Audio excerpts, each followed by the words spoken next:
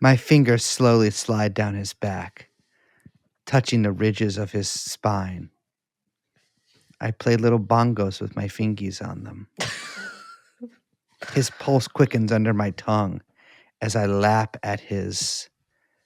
what's the bump on the side of your neck? No. What's the bump on the side of your neck? Jugular? Lymph node? Lymph node. As I lap at his lymph node like a thirsty dog on a hot day. Suddenly, my lips tighten and my teeth start to suck in really well like a crazy whistler from the ancient times. His lymph node pops through the skin, moistly, sexily, and down my throat where I swallow it like a yolk. Why'd you stop? Jeffrey Epstein. Jeffrey Epstein. Jeffrey Epstein.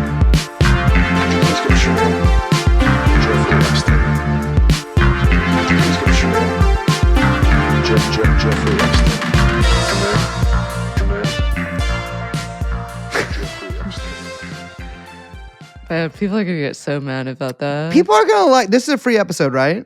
Yeah. Unfortunately. This is an 18-plus episode, ladies and gentlemen. This is an 18-plus episode.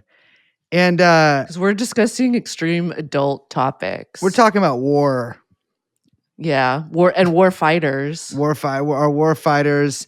We're talking about American... We're talking about JAG. We're talking about American things and cocaine. SOCOM. And... Yeah, SOCOM is crazy. The rules of engagement. I'm not going with a bunch of dudes to SOCOM. No. You know what I'm saying? But I would go to AFRICOM. Okay. You would? What? After everything that the imperialism has done to that continent? I would, because I do feel like now those guys are getting You think you get some trigger time? no, I think that I was gonna say they're getting streamlined. Getting cut down. The staff is getting culled. So you would go to AFRICOM so you could get fired? No. What rank would you have, Liz? Lieutenant. You don't have clearance to know. Lieutenant Liz. I love Lieutenant? that. Lieutenant Liz. Come on. You think higher?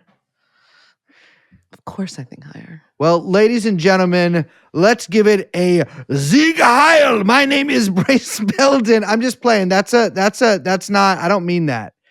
First of all, I don't mean that. That is what they said to Hitler, which is...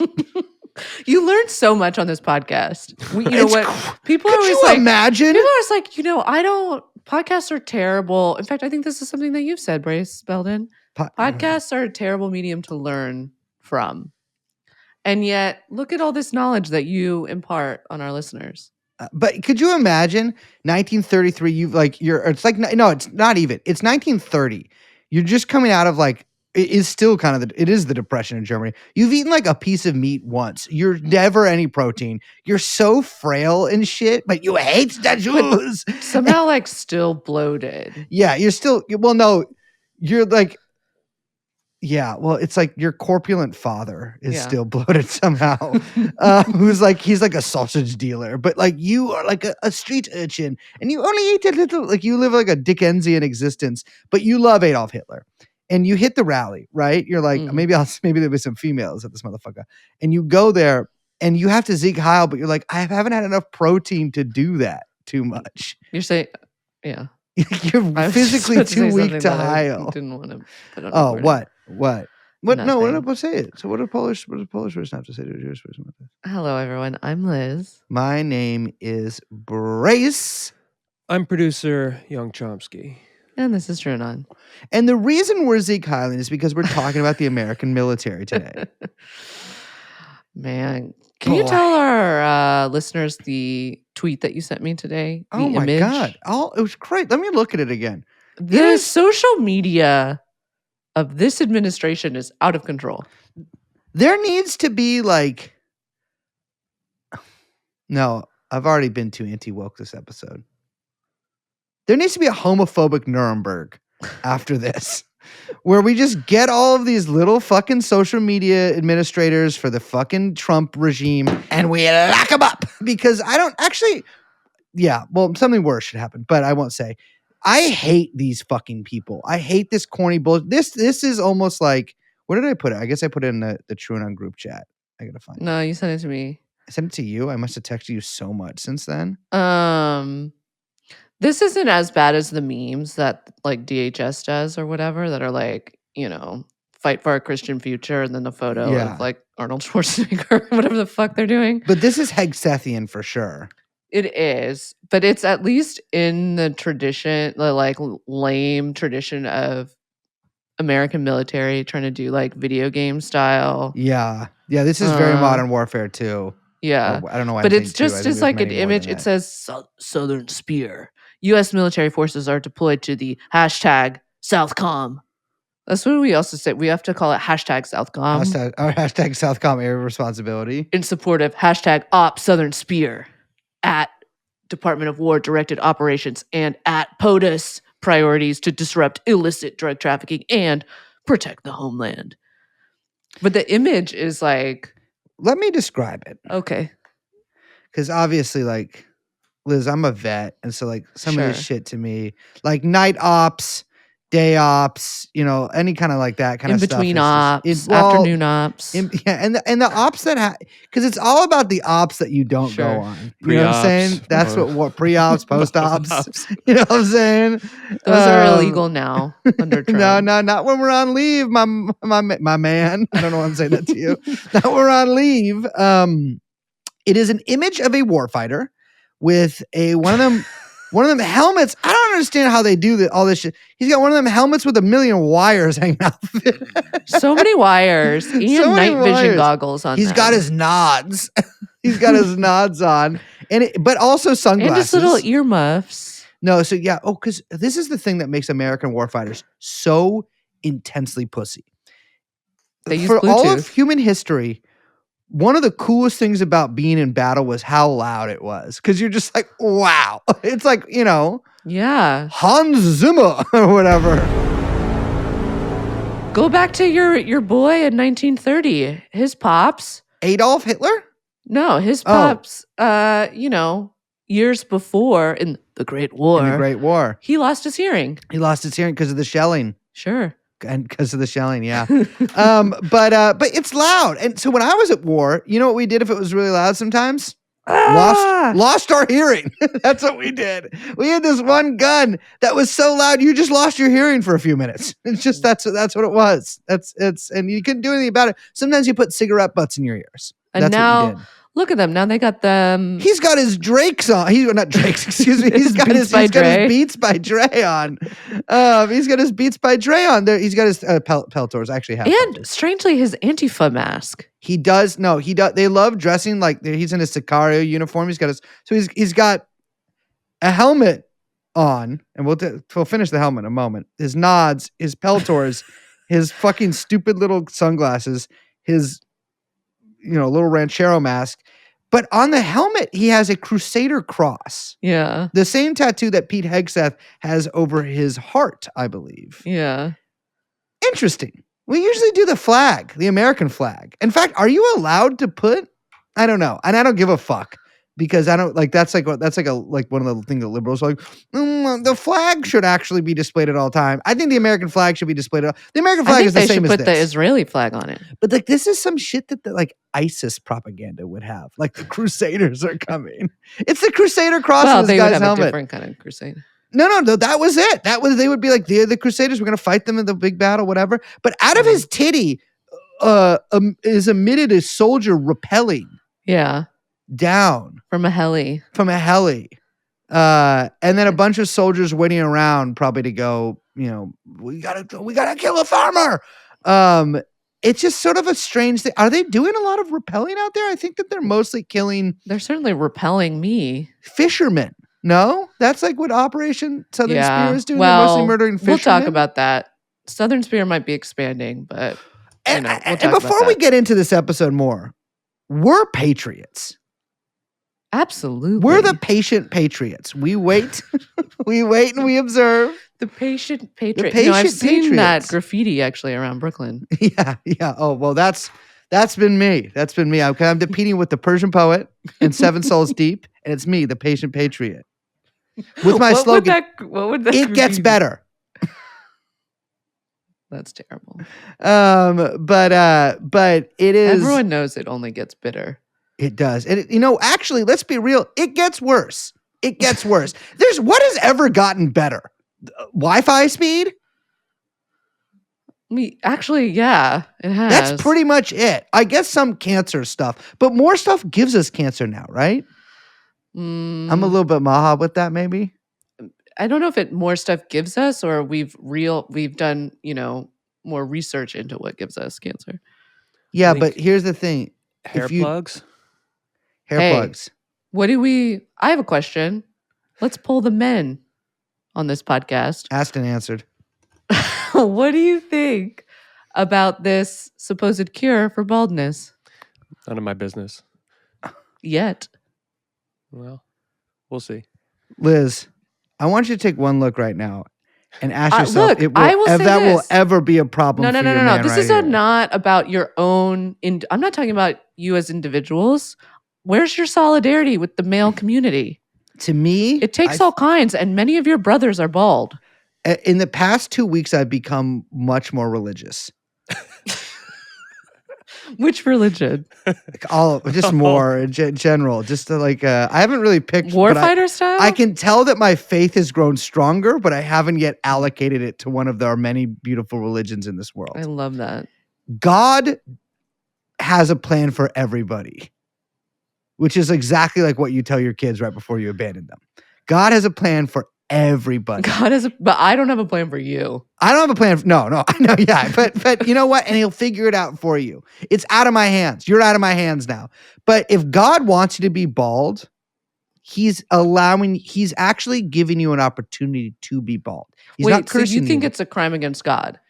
Yeah, I do. I think it's a crime against God. Curing baldness? Yes, but then I'm immediately hypocritical because I'm like, fake titties, who cares? I don't know if I think fake titties are the same as curing baldness, but you're curing small titty. I don't view either as a disease. Same thing. I don't view baldness as a disease. That's an antiquated way of viewing things. I don't think you can catch baldness. I don't think that baldness will rub off on me. Your grandmother. You can. That's true. You can. But I will never be bald. Clip that. I will never be bald. But God has cursed me with a lot of shit, right? Like God has really done a number on me genetically. But I'm telling you, I'm not talking about you. I'm talking about, I would like your opinion on this for the male community. Liz, I am a narcissist. I understand that you're not talking about me. I can only talk about, I think they need to do something equivalent for girls. I worry what it's going to do to the Turkish economy. It's not been, Erdogan, if you're listening to this again, you need to start killing the scientists that are inventing the bald cure. You need to start assassinating the scientists that are doing that. Because I'm telling you, the lira is not strong. It will become weaker. You think that Turkey can't get worse. I know that you think this. I know, Recep, sometimes you look out the window, you're like, how could this be any worse? It can get worse. It can get worse. You know who's all over that? What? LeBald. LeBron? LeBald. Don't call him that. Don't call him that. He is the goat of being bald. We are talking, and you know what? And today we're talking about the goat of... No, there's no goats here. We're talking about the woats. We're talking about... What? Why are you looking like that? The worst of all times. Oh. So...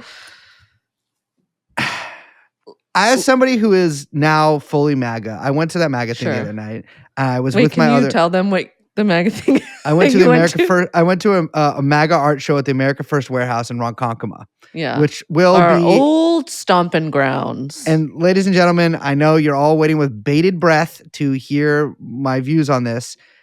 Unfortunately, I'm very bad at technology, and the video will be coming out on our Patreon later this week. Probably tomorrow. Actually, probably yesterday. Is it you just talking about it? I'm just rapping. Yeah. Okay. Well, I'm showing video. I'm showing pictures and stuff. Oh, it's sort of like a slideshow. There's been some technological hurdles, Liz. that I've been trying to for figure you. out. But Trump, we loved. But I went to this warehouse and I realized that all these people. There was nothing about politics there. There was nothing about immigration. There was nothing about or remigration. Now is the word. And I realized that there's a dividing line in many respects between like the young Nazi MAGA and then old Jimmy Buffett Christian MAGA. Sure. And like I was with Jimmy Buffett Christians. Yeah. And I'm like, I'm not really even sure that they knew that we were going to invade Venezuela. I'm not sure that they knew what Venezuela was. Yeah, that's not surprising. It was that kind of scene. But it was infinite sort of, most of the art revolved around pictures of Trump in much better physical shape than he actually is. So either Trump is Thor, Trump fighting with a lion, Trump just more muscular. Trump is Marlon Brando in The Wild One. That's a good one. And it actually was one of the worst pains ever. I frankly like. But they should have done like Trump as Brando, like super fat. Trump is fat Brando. The thing is, Trump is fat Brando is like some shit you would make in like 2016. I know. You know what I mean? You'd be like, look. But you could do Trump as all the different Elvises, and that would be cool. Damn, you should be all right. That would be good. I would go to. Imagine Trump that as a calendar. Trump is Elvis year by year or month by month. Month by month. And then you get to, fat Elvis like as the year progresses. And then dead Elvis, obviously. But they were like, I realized they were just Trump stans. Like it wasn't really, it was obviously political in some respect, but it was mostly about fandom of Trump. And obviously like, I mean, you and I are like, fuck it. We can say it now. Like we're longtime Republicans. Sure. Like, we've left the left and become longtime Republicans. And honestly, like a new lore drop from the Trump camp really fucking shook me in my, I'm trying to do Gen Z slang. It boots the house down for me this week. And his new national security strategy document. Look at that pivot there. Well, no, check this out. It left no crumbs. Are they still talking like that? I don't know, man. I can't deal with that shit anymore. I feel like the Ronkonkoma guys are now talking like that. Yeah, I think I was the youngest person there by like 25 years. Except there was one. You've talked a lot about the art. Now I'd like for you to tell me about the ladies. As you know, I love MAGA women. And so I felt a bit like a hammerhead in the kiddie pool. You know what I'm saying? No. But and I'm walking in there with a kind of white boy Brooklyn fucking arty indie rock. Yeah, sure. Swag. You're swagged up. You know, I'm wearing I got my little mustache on my finger and I've got You're like, what's up? Coming from the waterfront. Yep. I'm here to report for Vice Media. But I was like, maybe I can like show these females something different, which is something I've said so many times in my life and I've never quite been able to. And the women there were mostly septuagenarian. Sure. Save for a few of the artists. And I say, not that there's anything wrong with that. Well, I said young female artists. Time to mentor.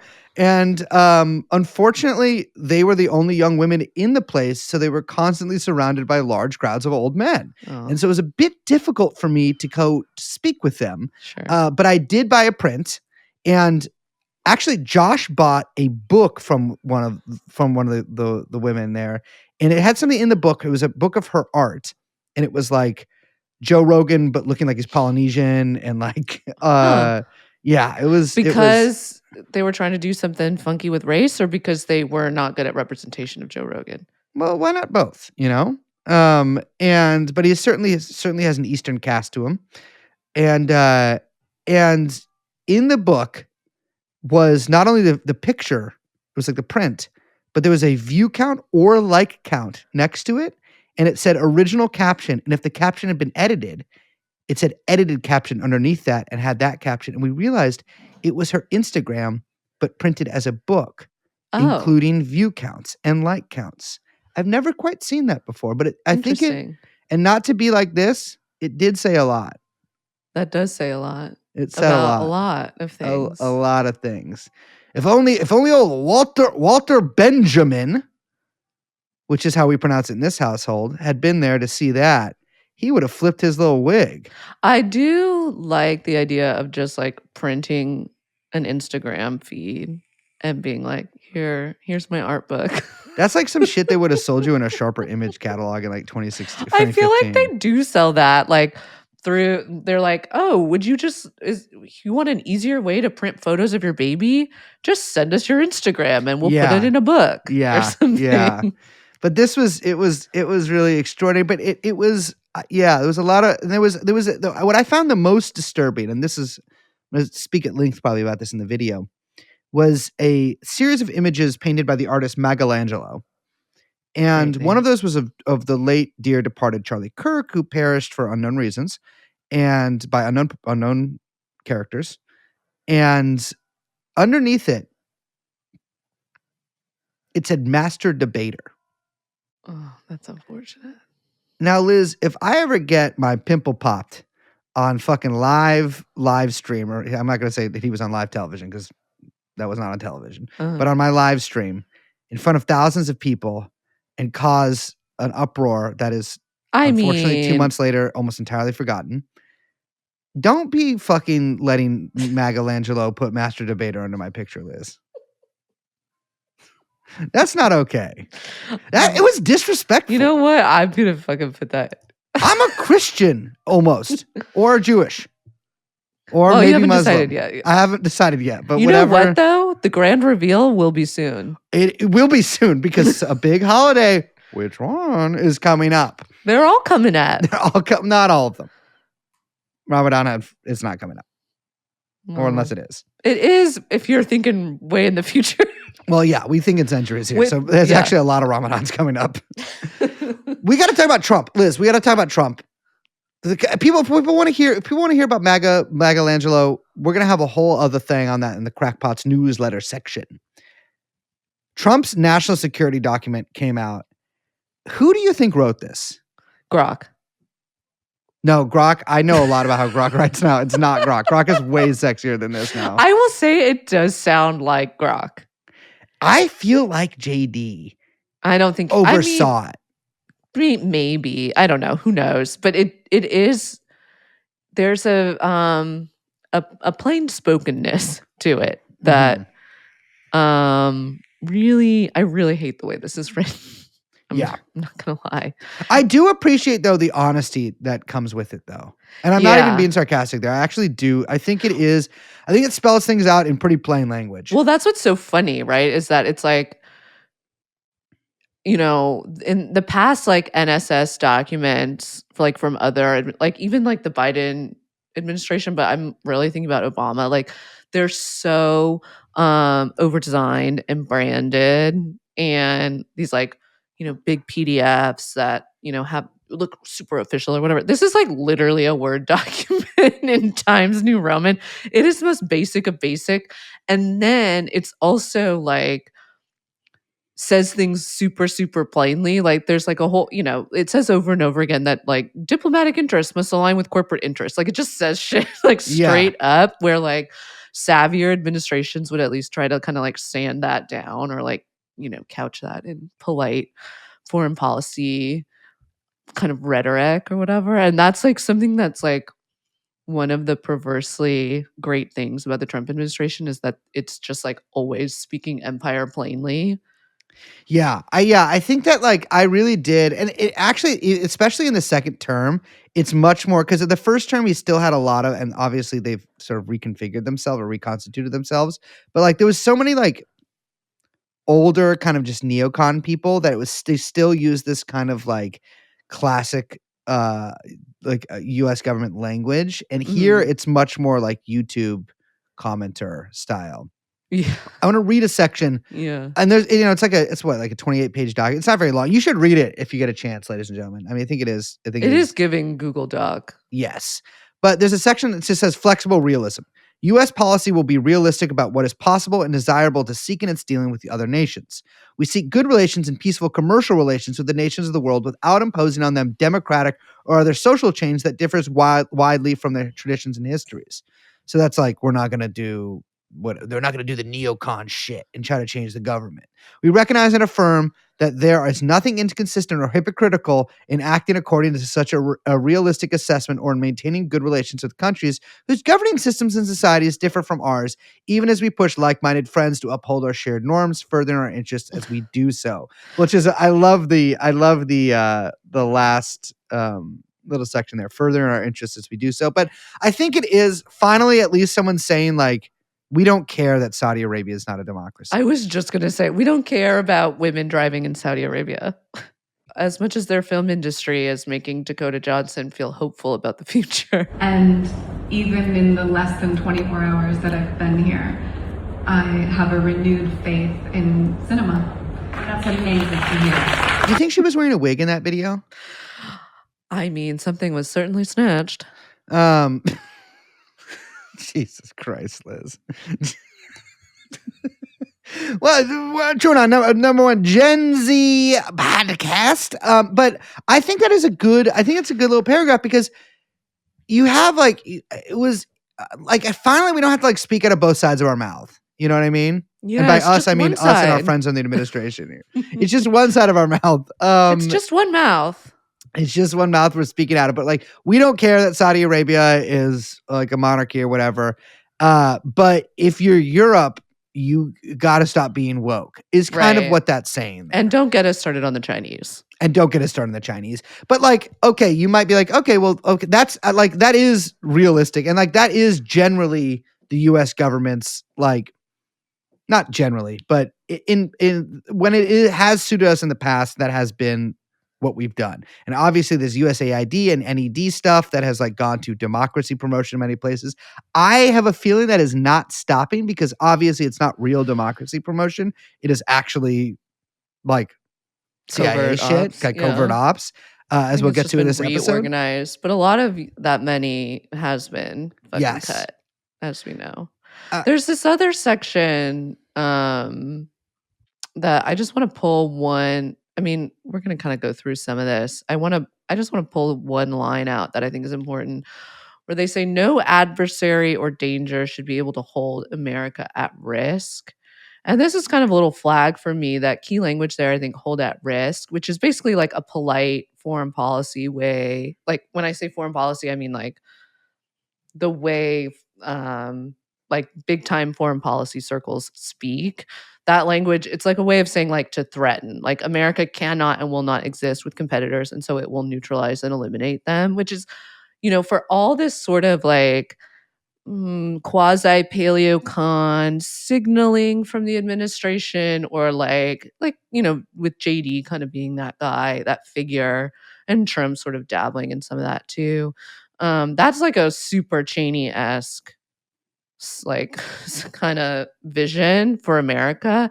And like what's funny is that like later in the document they do try to counter that by scolding like previous administrations for aiming for what they call permanent American domination of the entire world. Like they do kind of try to like go at it both ways.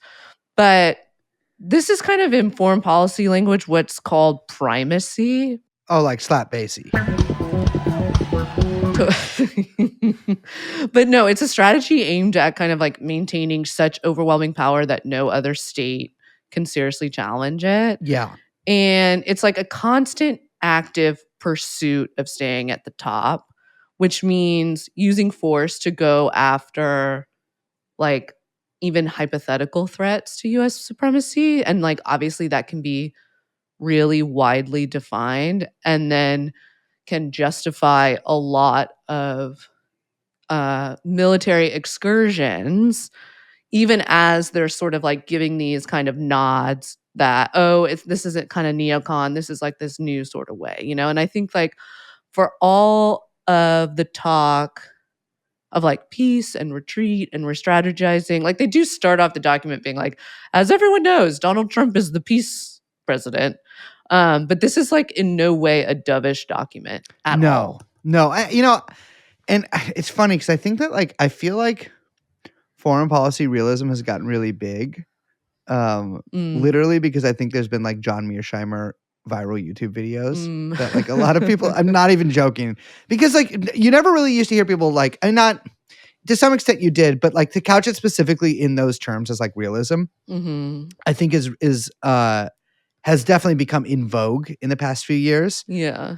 I do think that there is like, and again, like that's sort of why I appreciate this document in some ways, because it does say in plain language, and it exactly what the U.S. wants to do. Because listen, if you're Joe Biden, and there is something, I think a lot of these people are kind of sick of this like liberal, I guess, how do I say this? Like a liberal alignment in terms of foreign policy, where like obviously the goal is to keep the U.S. at number one, but we're doing all of these kind of like it's like a liberal internationalism. Exactly. I think like that's not work. It didn't really work if you're these guys. You're like, this shit sucks. Like we ended up just like we ended up importing a bunch of third worlders. Exactly. We ended up third worlders. We try to make George Floyd in Afghanistan or whatever. They have their sort of like memes that they reproduce when they talk about this stuff.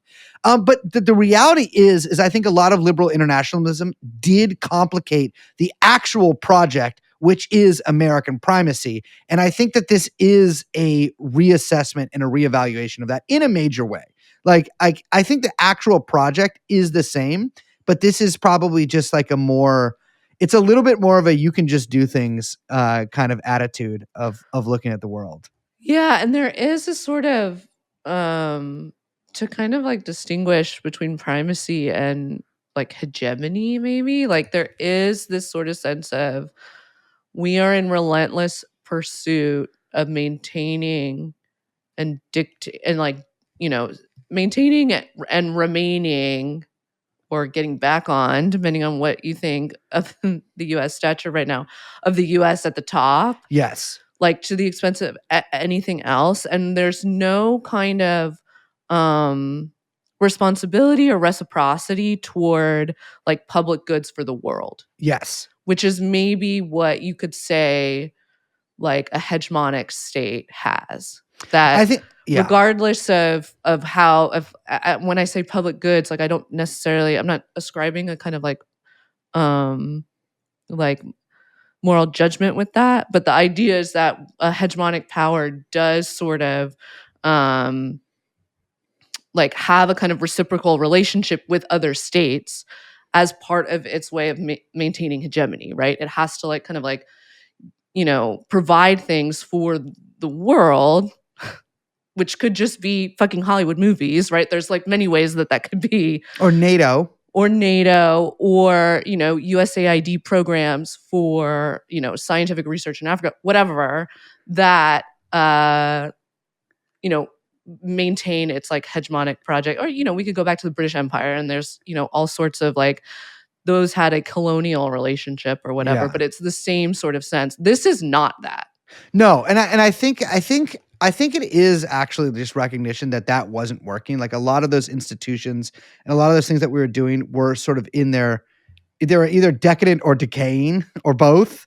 I'm specifically like even like NATO here, right? Like NATO had become very like this sort of like bloated, but also hollow kind of institution. And I think Trump really does recognize that. And he's like, you guys got to start paying more, like, and we're kind of like withdrawing from like taking full, like we're in charge and you do all have to do what we say, but this like reciprocal shit is not happening. Well, yeah. Now NATO is like, you're on your own, Europe 2027. Yeah. Yes. So this document, it goes on to discuss kind of like America's core foreign policy interests. And, here's just this is a good quote that'll kind of lead us into what we're talking about for the rest of the episode. We want to ensure that the Western Hemisphere remains reasonably stable and well-governed enough to prevent and discourage mass migration to the United States. So there's a ton of stuff in here about, no more narco-terrorists, no more cartels, and so forth. A hemisphere that remains free of hostile foreign incursion or ownership of key assets. So that means no more Chinese. And that supports critical supply chains. Yes. And it goes on. In other words, we will assert and enforce a Trump corollary to the Monroe Doctrine. Now, the New York Times, I do want to say they've tried to call this the Dondro Doctrine. I don't think you can. Come on, man. No, that does not work. Dondro? The Dondro? Because it sounds like someone who like can't remember Mad Men. The Dondro Doctrine. It sounds like someone making fun of you for invoking the Monroe Doctrine. You know, you're like, yeah, but like the U.S., like, you know, the Monroe Doctrine in the 20th century. The Dondro Doctrine. And you're like, sorry, man. So for those of you who don't know, as in our many listeners outside of the United States, although you probably also know our because baby listeners who haven't been to school yet. Or our baby listeners whose parents are putting the big stethoscope, blasting this inside of their bellies. The Monroe Doctrine, the Monroe Doctrine was a doctrine put forth, and you're never going to believe this, by President Monroe. Me like treading water because I can't remember what it is. No, back in 1823, which said basically, and it's a little more complicated than this, but it's like Europe, fuck off from the Americas, like the whole thing. Yeah. Like no more European fucking incursions here. It's funny because the U.S. at the time like couldn't really do shit about European countries coming here. Like I think like didn't Spain invade Mexico at some point? Like people kept coming here. Like this did not work. The Monroe Doctrine was basically like kind of a fake thing until like the 20th century. And really, if we're going to talk about facts here, and this is a facts-based podcast. This is a podcast that is rooted in facts, if not always. Well, you know, it's rooted in fact. And fiction. Simón Bolívar was really the only guy who was like doing shit about it. What do you mean? Like Simón Bolívar, he was like actually fighting people and being like, Europe, fuck off. You know what I mean? The Americans were like, The Trump corollary reminds one of the Roosevelt, and that's Theodore Roosevelt corollary from 1904, which came about as a result of, and you'll never guess this, European gunboats blockading Venezuela. Venezuela. In, I think, 1902, after Venezuela defaulted on debts. And this is actually what Roosevelt said. I believe he said this in a speech to Congress. He said, "It is not true." I'm just going to read the whole thing because I think this is... Because you're a big Teddy fan. I love Teddy because he was an outdoorsman, right? I would have loved to fuck Teddy Roosevelt in a gunny sack, like on some vista overlooking some beautiful plains. No, just because we're the only guys out there. Because the native women flee from us because of our stench. It is not true that the United States feels any land hunger or entertains any projects as regards the other nations of the Western Hemisphere, save such as are for their welfare. All that this country desires is to see the neighboring countries stable, orderly, and prosperous. Any country whose people conduct themselves well can count upon our hearty friendship. If a nation shows that it knows how to act with reasonable efficiency and decency in social and political matters, if it keeps orders and pays its obligation, it need fear no interference of the United States. Chronic wrongdoing or an impotence, okay, we don't gotta go there, which results in a general loosening of the ties of civilized society, may in America as elsewhere ultimately require intervention by some civilized nation. And in the Western Hemisphere, the adherence of the United States to the Monroe Doctrine may force the United States, however reluctantly, in flagrant cases of such wrongdoing or impotence, to the exercise of international police power. So I think really that's what Trump's drawing from right there, being like, if you don't have your shit in line, we can do whatever we want to you. Or basically, which means in if line, we don't like we you. define. Exactly. If every country washed by the Caribbean Sea would show the progress and stable and just civilization, which with the aid of the Platt Amendment, Cuba has shown since our troops left the island. Shout out the Platt Amendment. Shout out the Platt Amendment, and which so many of the republics in both Americas are constantly and brilliantly showing, all question of interference by this nation with their affairs would be at an end. Our interests and those of our southern neighbors are in reality identical. Not true. They have great natural riches, and if within their borders the reign of law and justice obtains, prosperity is sure to come to them. While they thus obey the primary laws of civilized society, they may rest assured that they will be treated by us in a spirit of cordial and helpful sympathy. We would interfere with them only in the last resort. And then only if it became evident that their inability or unwillingness to do justice at home and abroad had violated the rights of the United States or had invited foreign aggression to the detriment of the entire body of American nations. It is a mere truism to say that every other nation, whether in America or anywhere else, which desires to maintain its freedom, its independence, must ultimately realize that the right of such independence cannot be separated from the responsibility of making good use of it. So I think that is actually like a pretty important, the Roosevelt corollary, which is obviously where he's drawing the Trump corollary from. What is Roosevelt saying there? We can do whatever we want with you if we think that you aren't running your country in a way that we find acceptable. Yeah. So he makes that. They did that. Yeah, he makes that speech at the dawning of the 20th century. Nicaragua, Dominican Republic, Honduras, Haiti, Guatemala, Dominican Republic again, Brazil, Chile, Uruguay, Bolivia, Grenada, Panama. I think actually technically the U.S. has either overthrown the government of or directly invaded or at very least supported a military coup in the majority of countries in the Americas. Now, there's too many islands in the Caribbean for that to technically count, and too many of them are foreign possessions. But we have interfered. Like the 20th century, the story of the U.S. presence in Central and South America has just been one of intervention and doing whatever we want. Yeah. So there's a great history here. Yes. In the Trump document, they call this out. They say after years of neglect, the United States will reassert and enforce the Monroe Doctrine to restore American preeminence in the Western Hemisphere. And over again, they really emphasize the strengthening of critical supply chains. I think everyone can kind of read, between the lines what that means. Shoring up strategic resources, aka kicking out the Chinese, and also reducing our reliance on the Chinese. Yeah, I mean, think of one of the Trump administration's first things they did when they got into office, which was basically to threaten to invade Panama. Well, no, not basically, which was just to threaten to invade Panama if they didn't break a lease with Chinese-owned companies that operated ports on either side of the Panama Canal. Yeah, and Panama's like, again? Yeah, I mean, and this is, I think with Greenland, we can just view this as Greenland. Like, they view it as in the Americas, basically, like this is part of the Monroe Doctrine shit with us trying to take over Greenland. So this is again from the document. Some foreign influence will be hard to reverse, given the political alignments between certain Latin American governments and certain foreign actors. I love the but we're not going to say who. Well, it's certain foreign actors. These Colombians and the Chinese. It was a Chinese foreign actor. It was a Chinese foreign actor. However, Jackie Chan!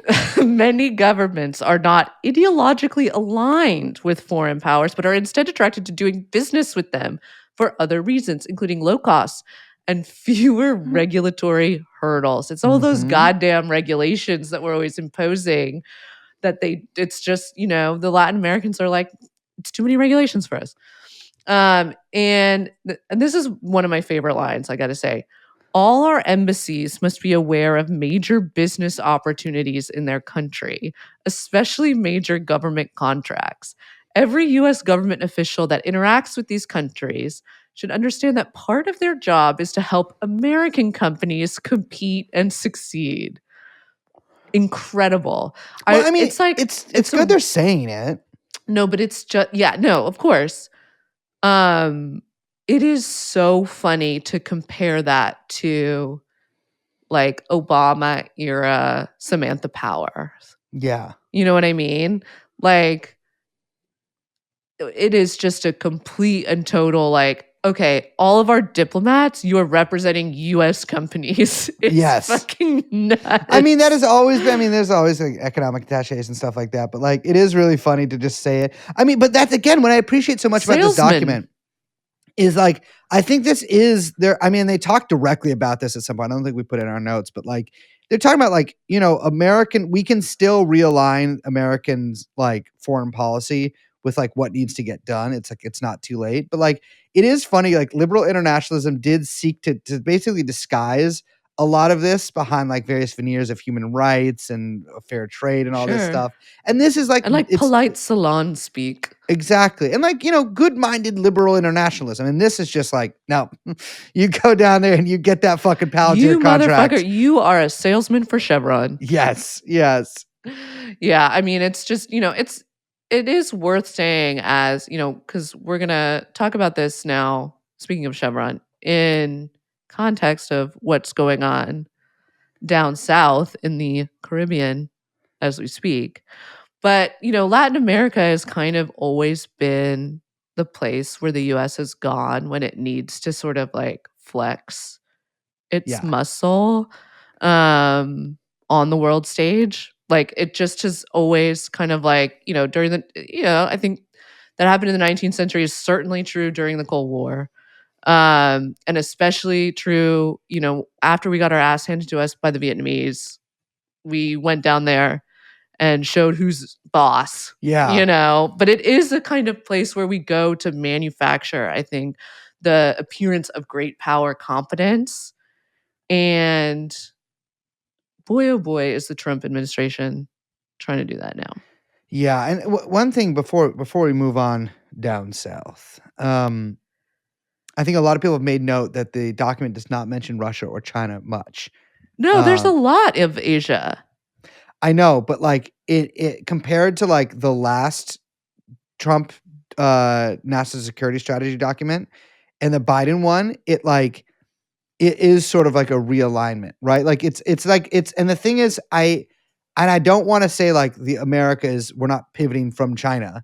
I think it actually is, and I hate to say this, a realistic assessment of like, all right, what we actually need to do is get our ducks in a row in the Americas and make sure that like we have this under total control, because eventually there might be a conflict with China that we want. And we can't have any Venezuelas or any fucking even any two-time Lulas or Petros down there that is or have these Chinese ports or whatever. They're like, we need to shore up like this fortress Americas if we're gonna do, because like even with Taiwan, they're like Taiwan's gonna pay more for defense. But I think they also just recognize that like we're not in a state to fight China right now. Yeah. We need to like get our shit in order to fight China.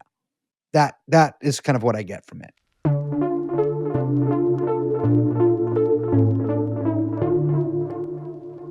So obviously, like as a lot of people know, Liz is sponsored by Kalshi. I'm sponsored by Poly. And it is like kind of the great divide in the show. But one of the things that like we bet a lot of money on is the Nobel Prize. A lot of people know who read about me in business sort of magazines know that I made my first billion from betting on Bob Dylan winning the Nobel Prize in Literature. Can you talk about what you found out? That I guess this was a huge scandal that everyone knew about, but I didn't know about this. Bob Dylan, I guess his like acceptance speech. I was just reading this on the Bob Dylan because I do think about Bob Dylan winning the Nobel Prize in Literature a lot. But I guess in his acceptance speech, he just plagiarized it from a Sparks Notes thing on Moby Dick. That's like crazy. But I think I don't really Sparks Notes is just like what has to do with Moby Dick? Like he just wanted to talk about Moby Dick in his speech. He talks about Moby Dick in some songs. So maybe he's like, remember when I sang about Moby Dick?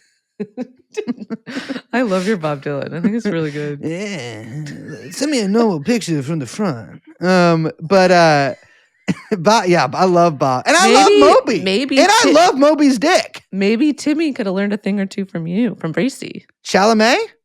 I taught him. I taught Timothy Chalamet, as I'm wont to say, every single thing he knows. Including the Soldier Boy dance. There's absolutely no way I was ever going to see the Dylan Chalamet movie. I have a complicated relationship with Bob Dylan. I have a complicated relationship with Chalamet. Yes. But I wonder if Bob saw it. I bet he didn't. Yeah. He probably watches like Coco Melon.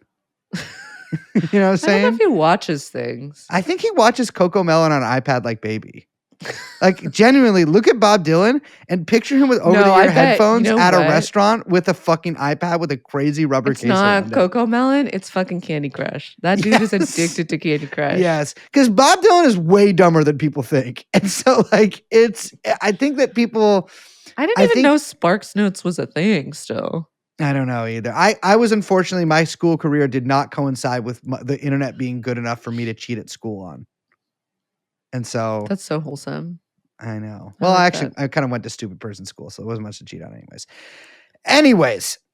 The Nobel Peace Prizes. And Liz, you and I were we watched the Nobel ball drop. We watched the Nobel ceremonies. Mm-hmm. We were at my house. We did all our Nobel popcorn prizes and things like this on. Some people throw an Oscar party. We throw the Nobel party. A Nobel party. Because we do that. We do things a little more intellectually here at TrueAnon.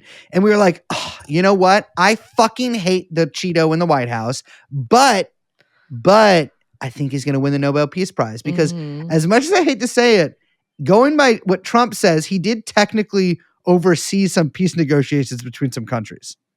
His whole thing in this time, for some reason, has been like, I'm the peace president. Yeah. And so he's like kind of doing these fake peace, like the Azerbaijan-Armenia thing, the DRC thing. And the DRC thing, which I'm like not even sure that actually happened. He might have just said it happened. Didn't he take credit for like India, Pakistan stuff too? Yeah, but they didn't really say that he didn't do it. So it's like, but yeah, I actually forgot about the India-Pakistan war entirely. But that lasted about 3 hours. That's how good he is. He took credit. The India-Pakistan thing. I think he says it's like 6 or 7. Fuck. I think he says it. I'm not even joking. I think it's 7. Fine, 7 or 8. I think he says I didn't do that on purpose. I think there's 7 or 8 wars that he says he's ended, which I think he's including the Iran one in. But I'm like, you started the war. You don't get credit for making peace. Okay, whatever. Wait, actually, that is such a good workaround for being the peace president, is just starting as many wars as possible, but then ending them really quickly. And you're like, see, look at that. Look how fast I ended all these wars. But it's clear he's been gunning for the Nobel Peace Prize. Yeah, because of Barack. Because of Barack. And it is funny. Barack did get the Nobel Peace Prize 12 days. He was nominated 12 days into his presidency. Yeah, just for like not being Bush. Yes, which is so, I mean, and even Barack was like, I don't know about this one, guys. He's like, I guess I have to accept it. I think you can't be like, no, thank you. But Bob Dylan absolutely should have been like, no, thank you. He should have been like, Nobel, didn't he invent dynamite?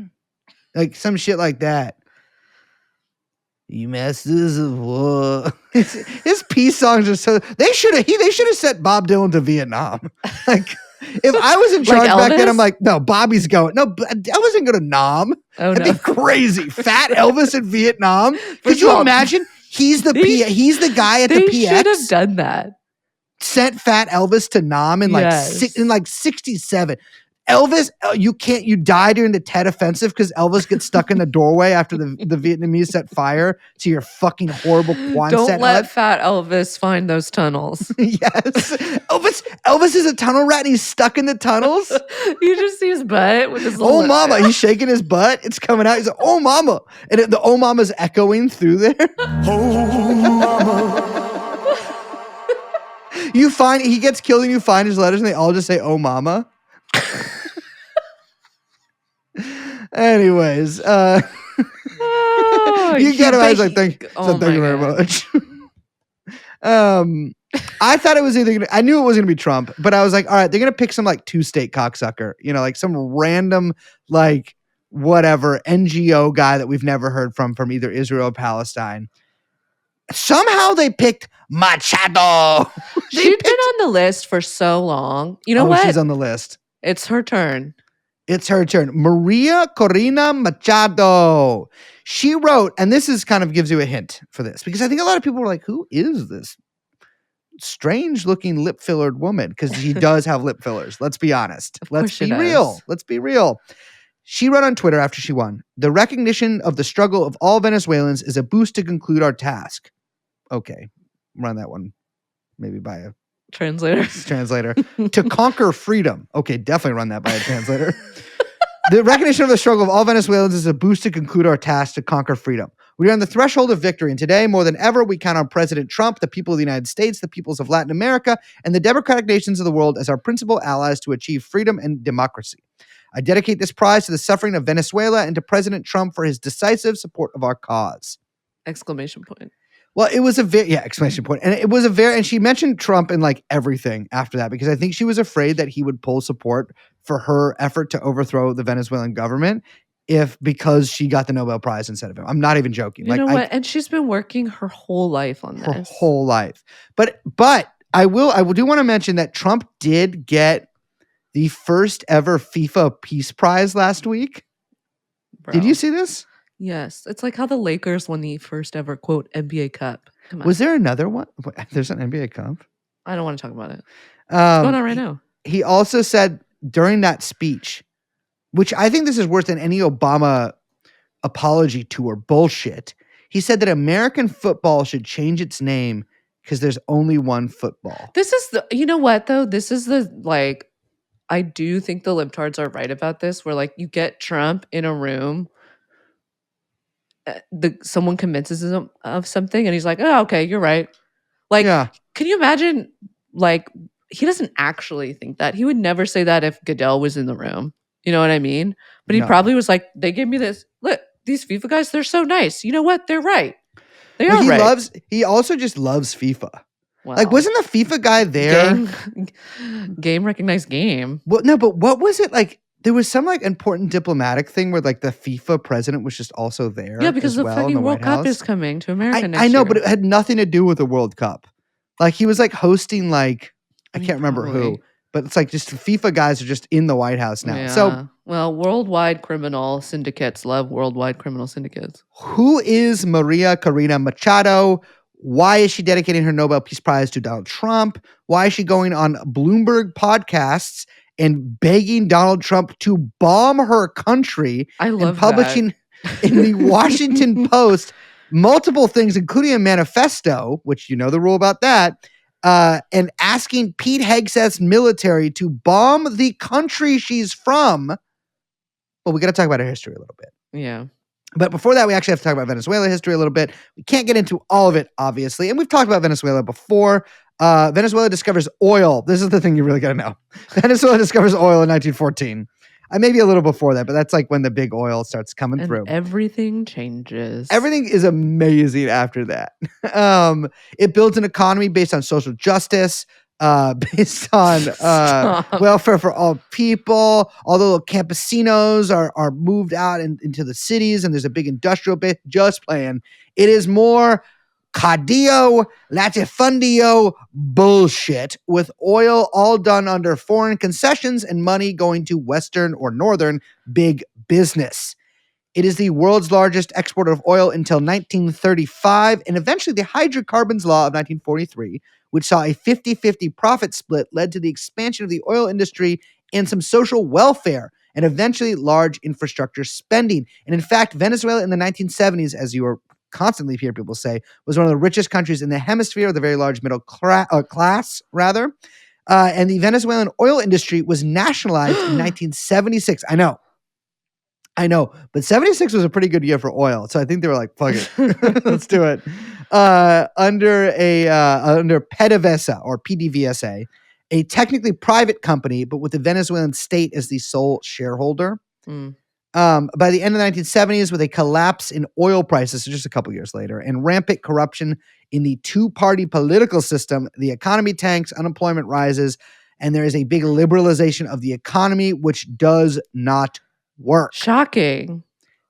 And you'll be surprised that one of the guys, Ricardo Hausman, his daughter, remember she was making woke Venezuela videos? No. 5 or 6 years ago? No, I don't remember this at all. He was one of the guys that did that liberalization stuff. So part of this liberalization was reintroducing foreign concessions into the oil industry. There's a big urban poor at this point. The country is not doing great. Hugo Chavez leads leads a coup in 1992. It does not work. They throw him in the clink. And this is TrueAnon rule. And I say this as a Chavez fan. Just kill him. You know what I mean? If someone leads a coup, kill him. No, you can't throw him in prison. where he is one. And this isn't about Chavez specifically, but this is just sort of about what happens to coup plotters in prison. One, they're educating themselves more.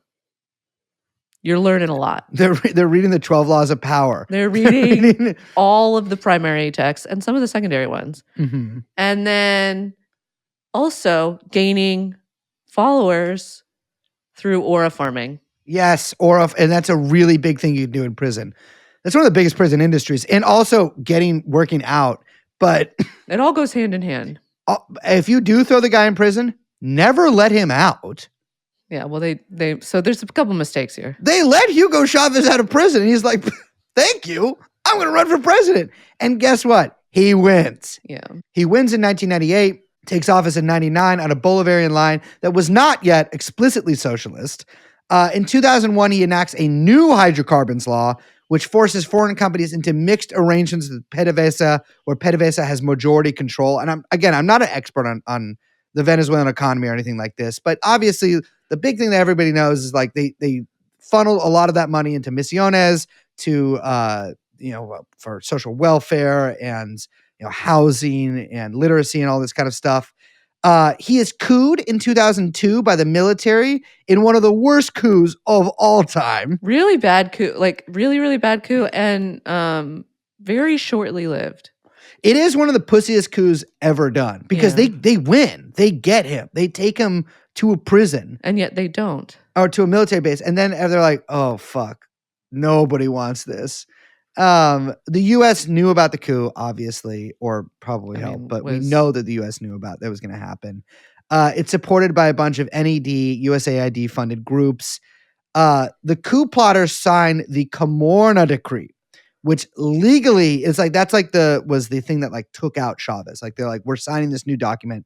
Chavez is no longer the president, but it also dissolved the entire government and legislature, annulled the constitution, and then they put a businessman into the presidency. I think the coup lasts like what, 2 days? Yeah, it was really short, something like that. Yeah. Great. And Hugo Chavez is one of the greatest, and I will allow this Gen Z slang into this, one of the greatest aura farmers of all time. He does well on TV here. Everyone's like, fuck, actually, we shouldn't do this coup anymore. Our bad. Like, because all the people, massive amounts of people in the streets. A bunch of army units switch back. They're like, oh, fuck, this isn't going to work. He's put back into power. Yeah.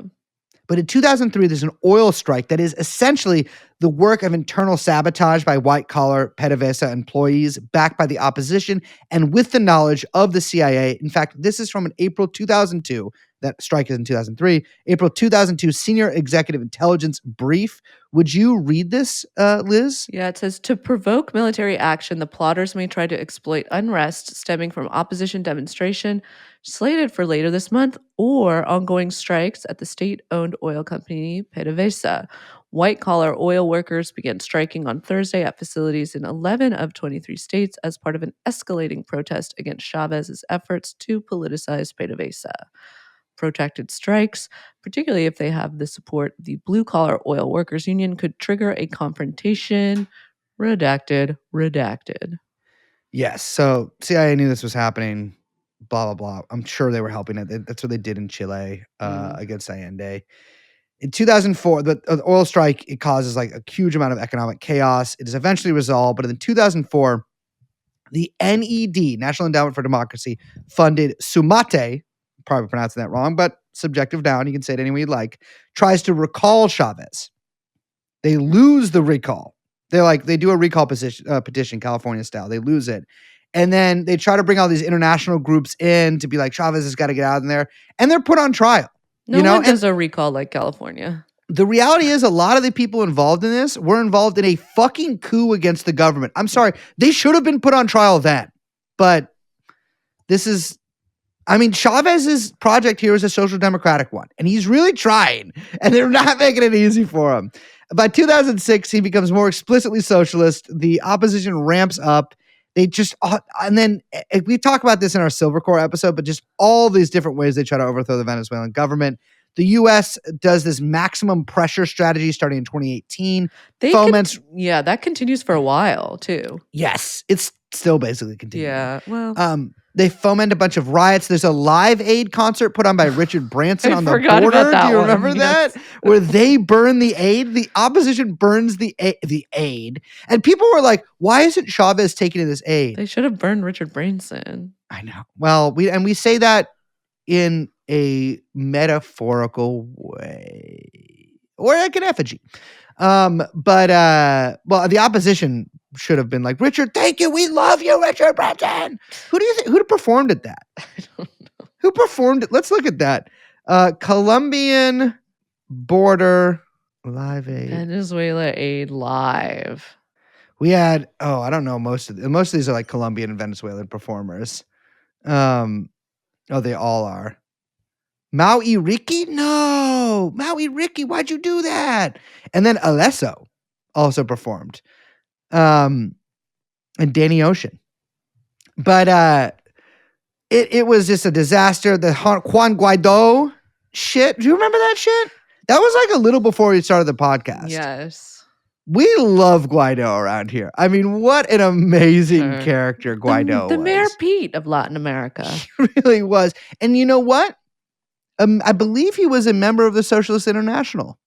I love to point out one of the worst international organizations ever. I have you know how Israel views the ICC? That's how I view the Socialist International. Guaido, by the way, declared president of Venezuela by the USA. Yeah, we keep doing that, by the way. That's not the first time or the last time that we've just declared a random other person but president of Venezuela, just to see if it'll stick. Is he still president? No, we tried to push, what's his face?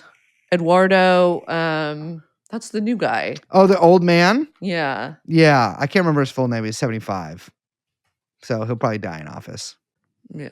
But this entire time, the U.S. is increasing sanctions on Venezuela and PDVSA, making it really difficult to do business with anybody there or even have bank accounts. And it's like all these sanctions. It is like they're just trying to topple the Venezuelan economy or government, rather, by making the economy scream. Guaido, we talked about in the Silver Core episode. I can't remember which one that is. Just Google TrueAnon Silver Core. I'm not your fucking babysitter. You talking about the Bay of Piglets? Bay of Piglets. He literally got a phone call from Mike Pence asking if he'd like to be president, which is really funny. That's how we do it. It is just amazing. He's helped steal Venezuela's gold that was being held in the Bank of England, although that's currently held up, but I don't believe Venezuela is allowed to access it. No. There was the Bay of Piglets, and now Guaido has retired to I believe he is at the Adam Smith Institute at the Florida International University. Good for him. Good for him. You know, that's like also where all these guys end up. One, something affiliated with Adam Smith, and two, Florida. Finally, it's Machado's time to take the reins. It's so her father, turn. She comes from a humble background. Her father was a steel mogul, and her uncle was a business lobby guy and ran, I believe, the largest private business in Venezuela, which was Caracas's electric utility. And I was looking into that because I'm like, it's a little weird because Electridad de Caracas is the name of the company. I think he might have just sold it at some point. I don't think he actually ran it like at any point during the Bolivarian years. But it was purchased in 2000 by an American company, which sold it at a pretty good price to PDVSA in 2006. But she claims, I guess, it was expropriated. I'm not really sure who would have expropriated it, but I'm not an expert. Who knows? Her father's steel businesses were, I believe, expropriated. And frankly, seems like in retrospect, they were right because the daughter's such a piece of shit. She is essentially, and like, there's like no bones about this. This is not me saying this. Obviously we're a Balls and Strikes podcast. It's not my business, but she is a representative of U.S. business interests in the Venezuelan upper classes. She signed the Carmona Decree in 2002 during the coup. Yeah, she's been at this a while, by the way. She was the person who headed up Sumate in 2004 and fails to recall Chavez, after which she immediately goes to the White House to meet with George Bush. They were good friends, actually. Yes. She's someone who has been at this for a long time, who has tried over and over again and is still at it. And that's what I'm saying when we say it's her turn.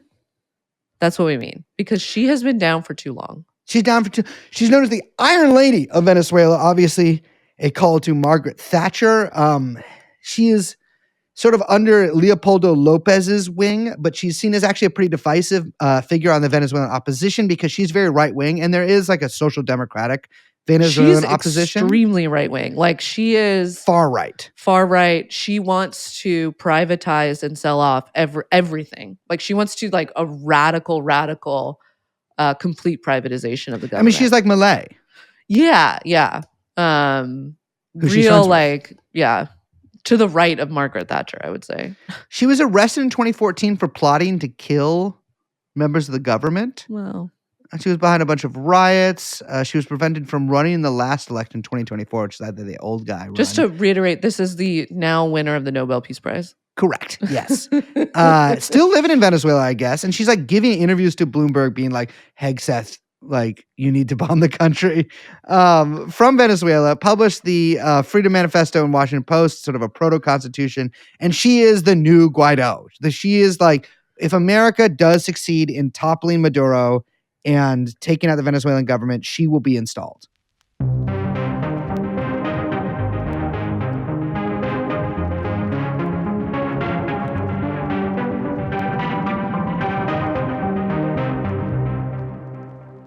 So there's a lot of shit that's going on kind of around this. And do you remember Tren de Aragua? Of course. Not to be whatever about this, because again, like I'm just a regular guy looking at the news, right? You got your nose all up in that newspaper. I do. And I'm like, but I got little eye holes poking out so I can look at people in the subway. Tren de Aragua, I feel like they kind of made it up. Like, I know it's real, but like, I don't know how real it is. You know what I'm saying? I think like, it's, yeah. The other one's fully fake, like the so-called Cartel of the Suns. But like, Tren de Aragua, I think is like real, but like it was kind of made up to give a storyline to a viral video about the Denver apartment or whatever, the Colorado apartment building. So it's a prison gang, which I believe does exist. As far as it's known, there's no links to the Venezuelan government.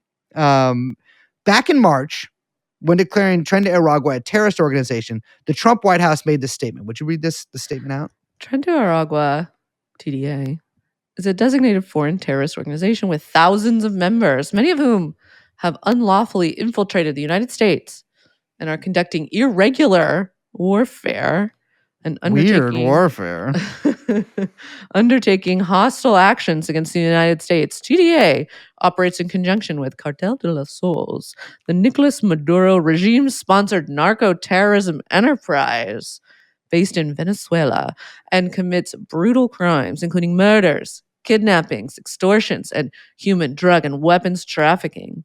TDA is engaged in and continues to engage in mass illegal migration to the United States to further its objectives of harming U.S. citizens, undermining public safety, and supporting the Maduro regime's goal of destabilizing democratic nations in the Americas, including the United States. So, cut to video of Maduro like doing his little freedom dance in front of love his dances. 50 kids. Or whatever he was doing the other day. Yes. Where he's like, no war. And he's dancing. Him singing Imagine, he's amazing. Oh my God, the Imagine is so Imagine good. Is really Can good. we put that in right here? Alfred Nazaret, ¿cómo era la canción de John Lennon? Imagine us people. And that was Nicolas Maduro with his rendition of John Lennon's Imagine. This shit actually like all of this shit makes me so mad because like, the government is like, not to be ad busters, but like the government is just lying. Like they're just lying to you. And I think if you're a smarter Trump supporter, you realize the government's lying, but you don't care because it gets you further like along your political goals, which is just getting these fucking, Spaniards, what am I calling that? These fucking like South Americans out of here. You know what I mean? And like, but like there's no proof of this. They're saying that what they're essentially saying here is that Tren de Aragua in the United States is an act of it's an invasion by Venezuelan-backed militants to destabilize the U.S.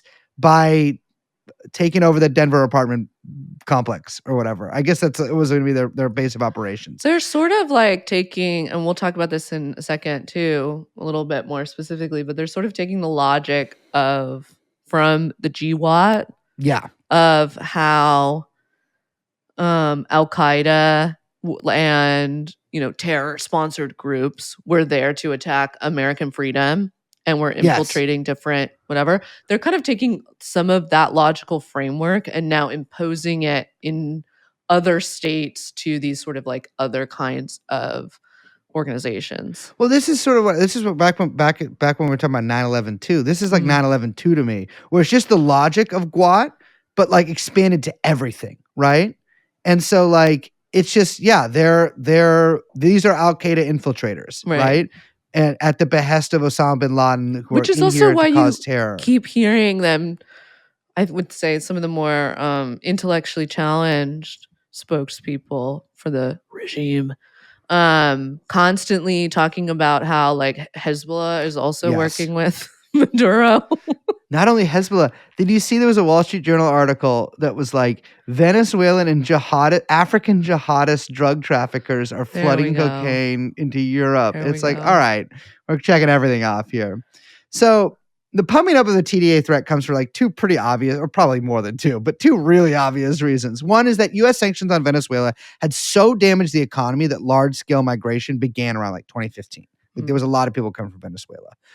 This let and they were given DDS status, and then I think later TPS. I know they were later given TPS status. In fact, they were given the status on the second to last day of Trump's first term. So that's temporary protective status, which means that the country that they come from is too dangerous for them to be deported there.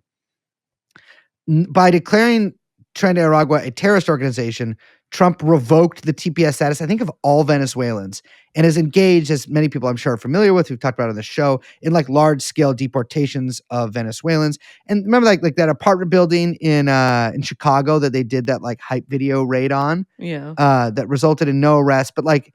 I think the reasoning for that was Tren de Aragua terrorists were there, because now it's like you're not just in a gang. There's terrorists in all of these cities, right? And so now they're doing these deportation flights. Obviously, people saw the really insane El Salvador shit, where they sent a bunch of Venezuelans to El Salvador, including like people that had some maybe TDA members, but then just like a lot, like a hairdresser, like random people. Where they were beaten and in some cases sexually assaulted by prison guards in Bukele's sort of black site prisons. So two, the other reason for this like terrorist stuff is to gin up public support for war against Venezuela. I mean, you can think of like Tren de Aragua and Cartel of the Suns as essentially the WMD of Venezuela's Iraq, if that makes sense. They've been pretty lazy on this, to be totally honest, but Tulsi Gabbard did fire two of the highest running officials on the National Intelligence Council for putting out a memo contradicting U.S. government claims that Tren de Aragua is being operated by the Venezuelan government. That's so weird, because what Tulsi Gabbard herself has said is this. When we look throughout history, every time the United States goes into another country and topples a dictator or topples a government, the outcome has been disastrous for the people in these countries. That's why we should use our leadership in the world to try to broker a diplomatic solution, working with countries like Russia that have great influence over Venezuela, so that there is a peaceful outcome.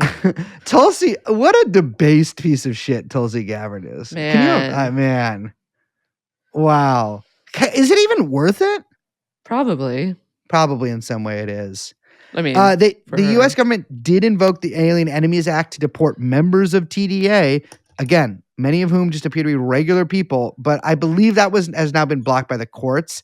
And the U.S. government, as mentioned sort of in the thing that Liz read earlier, or in like the designating TD as a FTO, they say that the Venezuelan government controls a fictional Cartel of the Suns, which is literally a media invention, which is like the exact phenomenon that Oswaldo Zavalda talks about in Drug Cartels Do Not Exist, like the book. But it is just completely like nobody says that the Cartel of the Suns exists, but they want you to believe that like Venezuela is this giant narco state that like is pumping the U.S. full of, and they want to say it's fentanyl, but they can't. They say drugs. People have like the government hasn't come out and said it's fentanyl. There was something that I think Alex Karp said. Well, he's like a moron, but it was really funny because they were talking about whether or not Palantir was active in the Caribbean. with like what the government's doing down there, and he was like, I can't comment for sure or something, and he's like, but if Palantir's involved, if our tech is involved with stopping the importation of fentanyl that is killing our working class Americans, then I'm not going to apologize. Which just like they are not making fentanyl. That is not what's happening at all. That's not where this is coming from. It's just not. It's just not where it's coming from. So, Liz, I don't know about you, but everybody I talk to on the street is like, I'm terrified of these terrorists. Narco terrorists. We need to invade Venezuela. The name on every... Yeah, no, it's true. It's funny. True. There's some polling that came out, and this is great. More Americans oppose than favor the U.S. military force to overthrow Venezuelan President Nicolas Maduro. Actually, this is like pretty... I mean, only 15% of Americans, including 5% of Democrats and 29% of Republicans, view the situation in Venezuela as a, quote, national emergency for the U.S. That's not that surprising. But what's funny to me is opposition outweighs support for the U.S. using military force to overthrow Maduro. 45% are opposed to the U.S. overthrowing Maduro, while only 17% are in favor of doing so. Regime change is incredibly unpopular. It is. Regardless, the peace president seems to be moving forward with those plans. So we should kind of travel back for a second to September. So long ago. When a video was released of a strike on a boat in the Caribbean. Remember this? I do. It was fucking nuts. I do. The White House and the fawning press kind of framed it as attacks on, quote, foreign paramilitaries affiliated with narco terrorists. So this was the first in what ended up being a months-long string of attacks. Very similarly, it has received new scrutiny because a Washington Post report came out that the first boat that was struck a second time. Double tap. It was double tapped. The first strike left 2 survivors clinging to the like floating remains of this boat, and according to reports and from statements from the Department of War, it's so hard for me to say that, but let's just say Department of. I mean, whatever. No, actually, no, it's the Department of War. It's the Department of War. That's what they want me to call them. That's what I'll call them. Mm-hmm. Admiral Frank M. Bradley, who's the commander of the operation, and clearly being thrown under the bus here. So one of the most thrown under the bus individuals in the 21st century. Honestly. I've never seen a guy thrown under the bus this much. Man, by the way, if you're an admiral, if you're another admiral, your ass is not feeling great about Hegseth right now. No. You're fucking throwing admirals under the bus? You're calling JD and be like, dude, I thought you were a Marine, brother. And he's like, I don't fuck with Navy, though. So, allegedly, Admiral Frank M. Bradley gave the order for the follow-up strike. He's kind of falling on his sword or whatever here. This is from the New York Times. In the video, 3 flashes of light filled the video screen, and then the men were gone. There's like reports of people watching this and like someone throwing up, like, very Oppenheimer. Yes.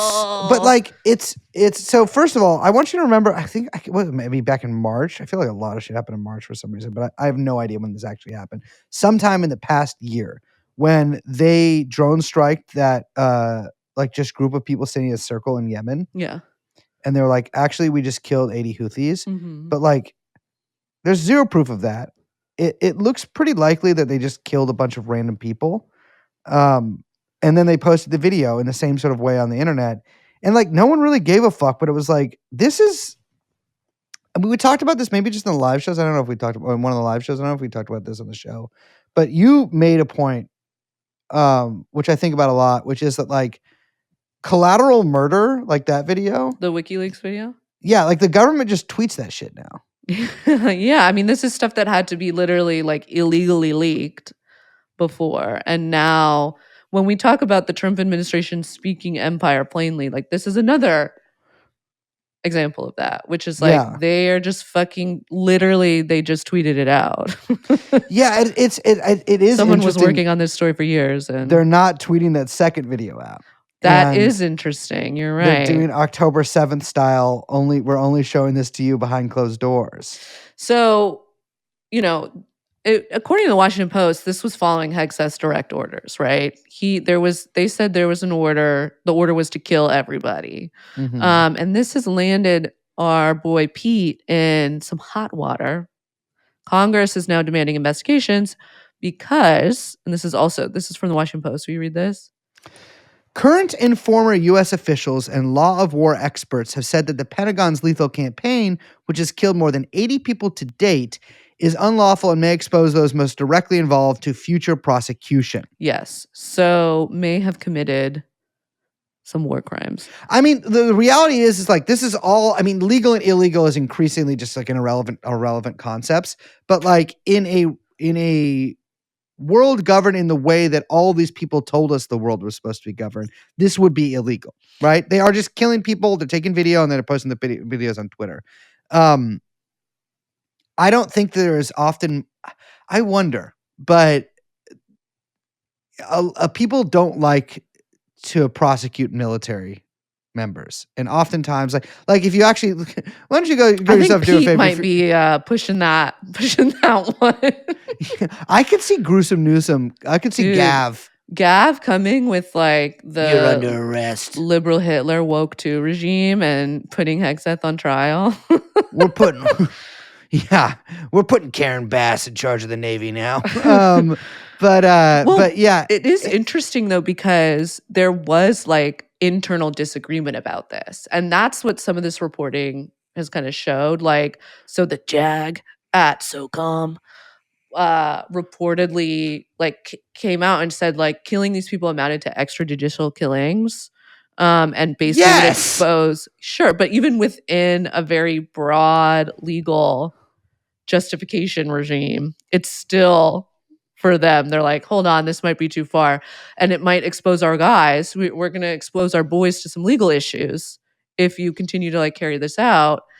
And then it's interesting too, the head of SOCOM, former head of SOCOM, Admiral Alvin Halsey, announced he was stepping down right around this time, which is like after less than a year on the job. Now, this is from the Wall Street Journal. Hegseth asked Admiral Alvin Halsey to step down, a de facto ouster that was the culmination of months of discord between Hegseth and the officer. It intensified months after the inauguration when Halsey had initial concerns about the legality of lethal strikes on alleged drug boats in the Caribbean.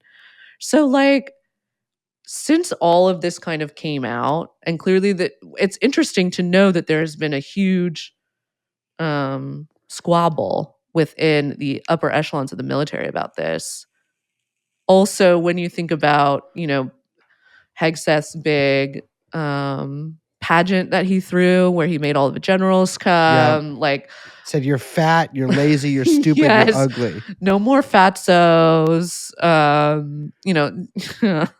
We're tying all the Oompa bands that follow our generals around. His fucking number 2 wasted. Did you see that? Are you talking about? Oh yeah. You think he was wasted? Or you think he's neurodivergent? No, dude. He was fucking slurring his words. Yeah. Well, he's like, drones are the future military, you guys. What we have right now, and you saw last month in the acquisition speech, is a department and leadership that's willing to get after it, to challenge industry, to produce better. Maybe Hegseth is just like, if I can't drink, you have to, dude. Well, we got that tip about how much they're fucking drinking in the Department of War. Yeah, we did. Yeah. Dude, I don't know if we said that on the show. They're fucking, we got a tip that they're all fucking drunk there. And if you are, and we know that a couple of you do, if you are a high level Pentagon person or NSA, anybody, we need to hear about the drinking in that damn department. Dude. It's like a based fucking WeWork, man. Yeah.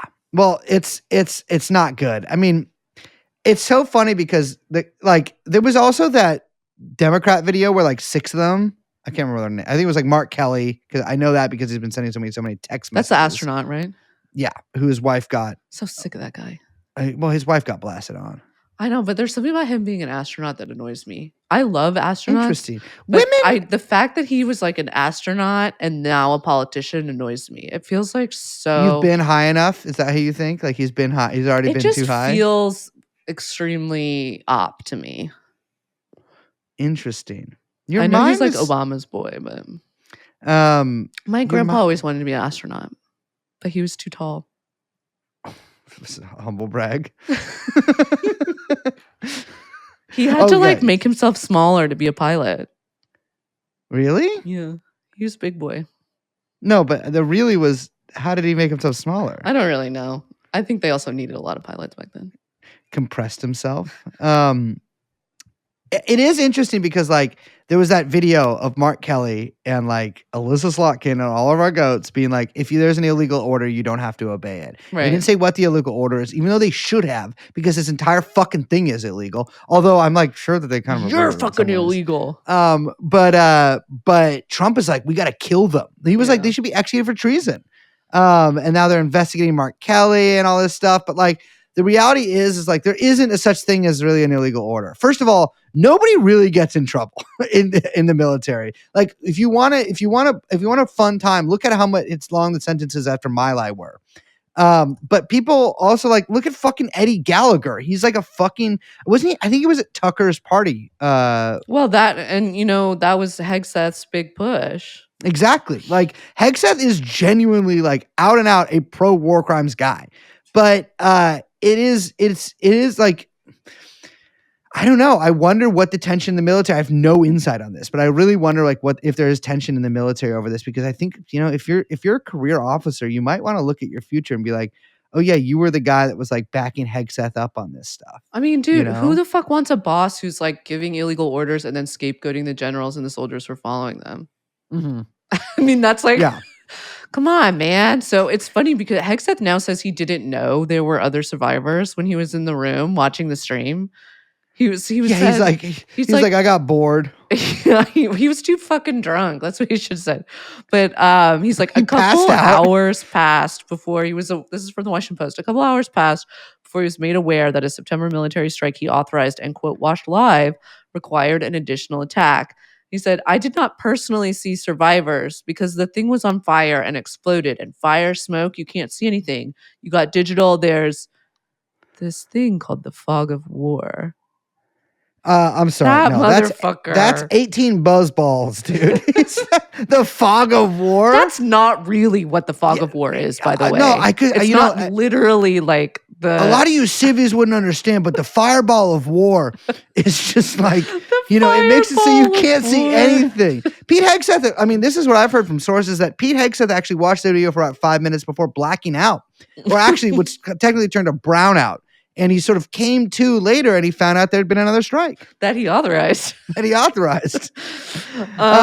is fucking like they actually, if you are one of the fucking Congress men or women or whatever senators that they're letting watch this video, record that shit on your phone and put that shit out, because this video is bad. Yeah, they're already tweeting out everything else. Why don't you fucking tweet it out? Yeah.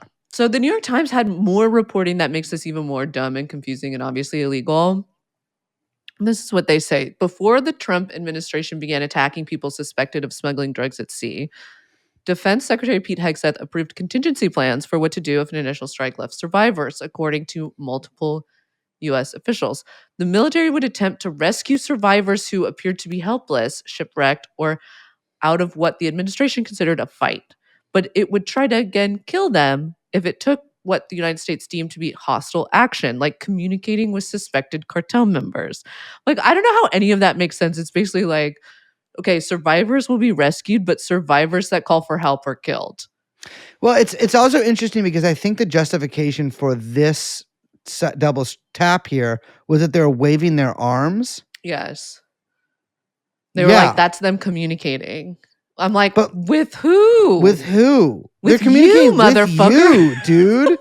They're surrendering, actually, is what's happening there. Yeah. And like, it is crazy that like, this is like, I don't think a lot of people are buying this, actually. But like, it is crazy that they expect us to buy this. I mean, frankly, they probably will be fine. I'm sure that nothing will happen, but it does seem like, I mean, the whole thing's murder. No, the whole thing is like, they're like obviously this is they're killing everybody here as a civilian. You know what I mean? Like, we don't know who, first of all, any of these people are. Yeah. We have identified some of the survivors they did rescue survivors from one attack, and those people are suing the U.S. government now. Some of these people are like very clearly just fishermen. Yeah. And so it's like, but even if they were cartel members, or like, first of all, these are the lowest ranking guys. The guys taking a fucking boat to mules, Tobago or to Trinidad. Yeah, and it's just also those are probably not going to the U.S. anyway. That's a whole other thing. Yes, and it doesn't fucking matter if they are. So all of this rests on a secret OLC memo, which is that's the Office of Legal Counsel, which like relies on the claim from the Trump admin that the U.S. is in a formal armed conflict with the drug cartels, and that people suspected of smuggling drugs are therefore combatants. So this is really like stretching the definition of combatant here. And based on that, the boat strikes are, quote, legal. So this is how they've internally justified it. We mentioned, we did that episode on Hegseth, and I do want to like mention that like he has called the rules of engagement stupid. I think that's a direct quote. They're stupid. Yes.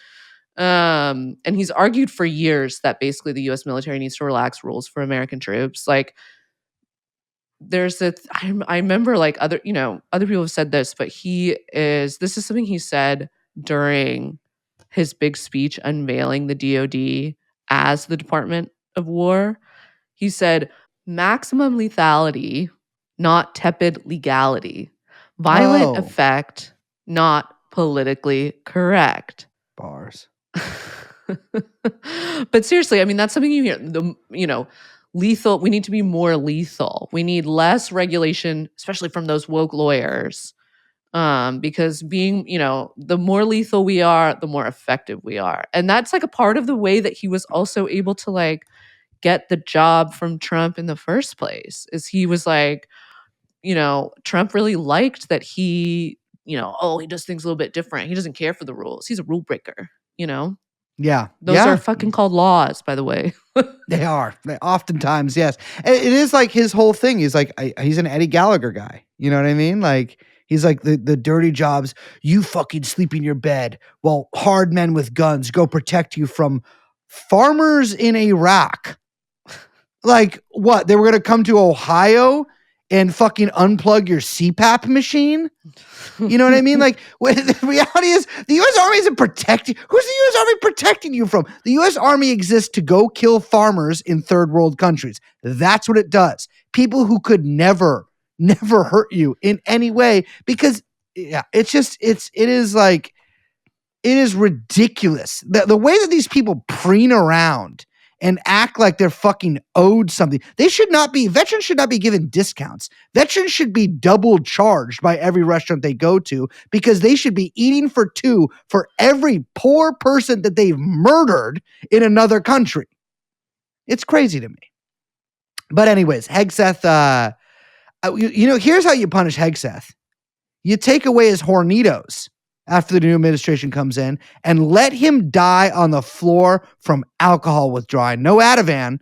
Just let him ride there, have his visions, maybe give him some belladonna and poison him with that. But you know what? Just let him die of alcohol withdrawal, not poisoning, because that's a great way to go out. That's how Jimmy did it. Hendricks.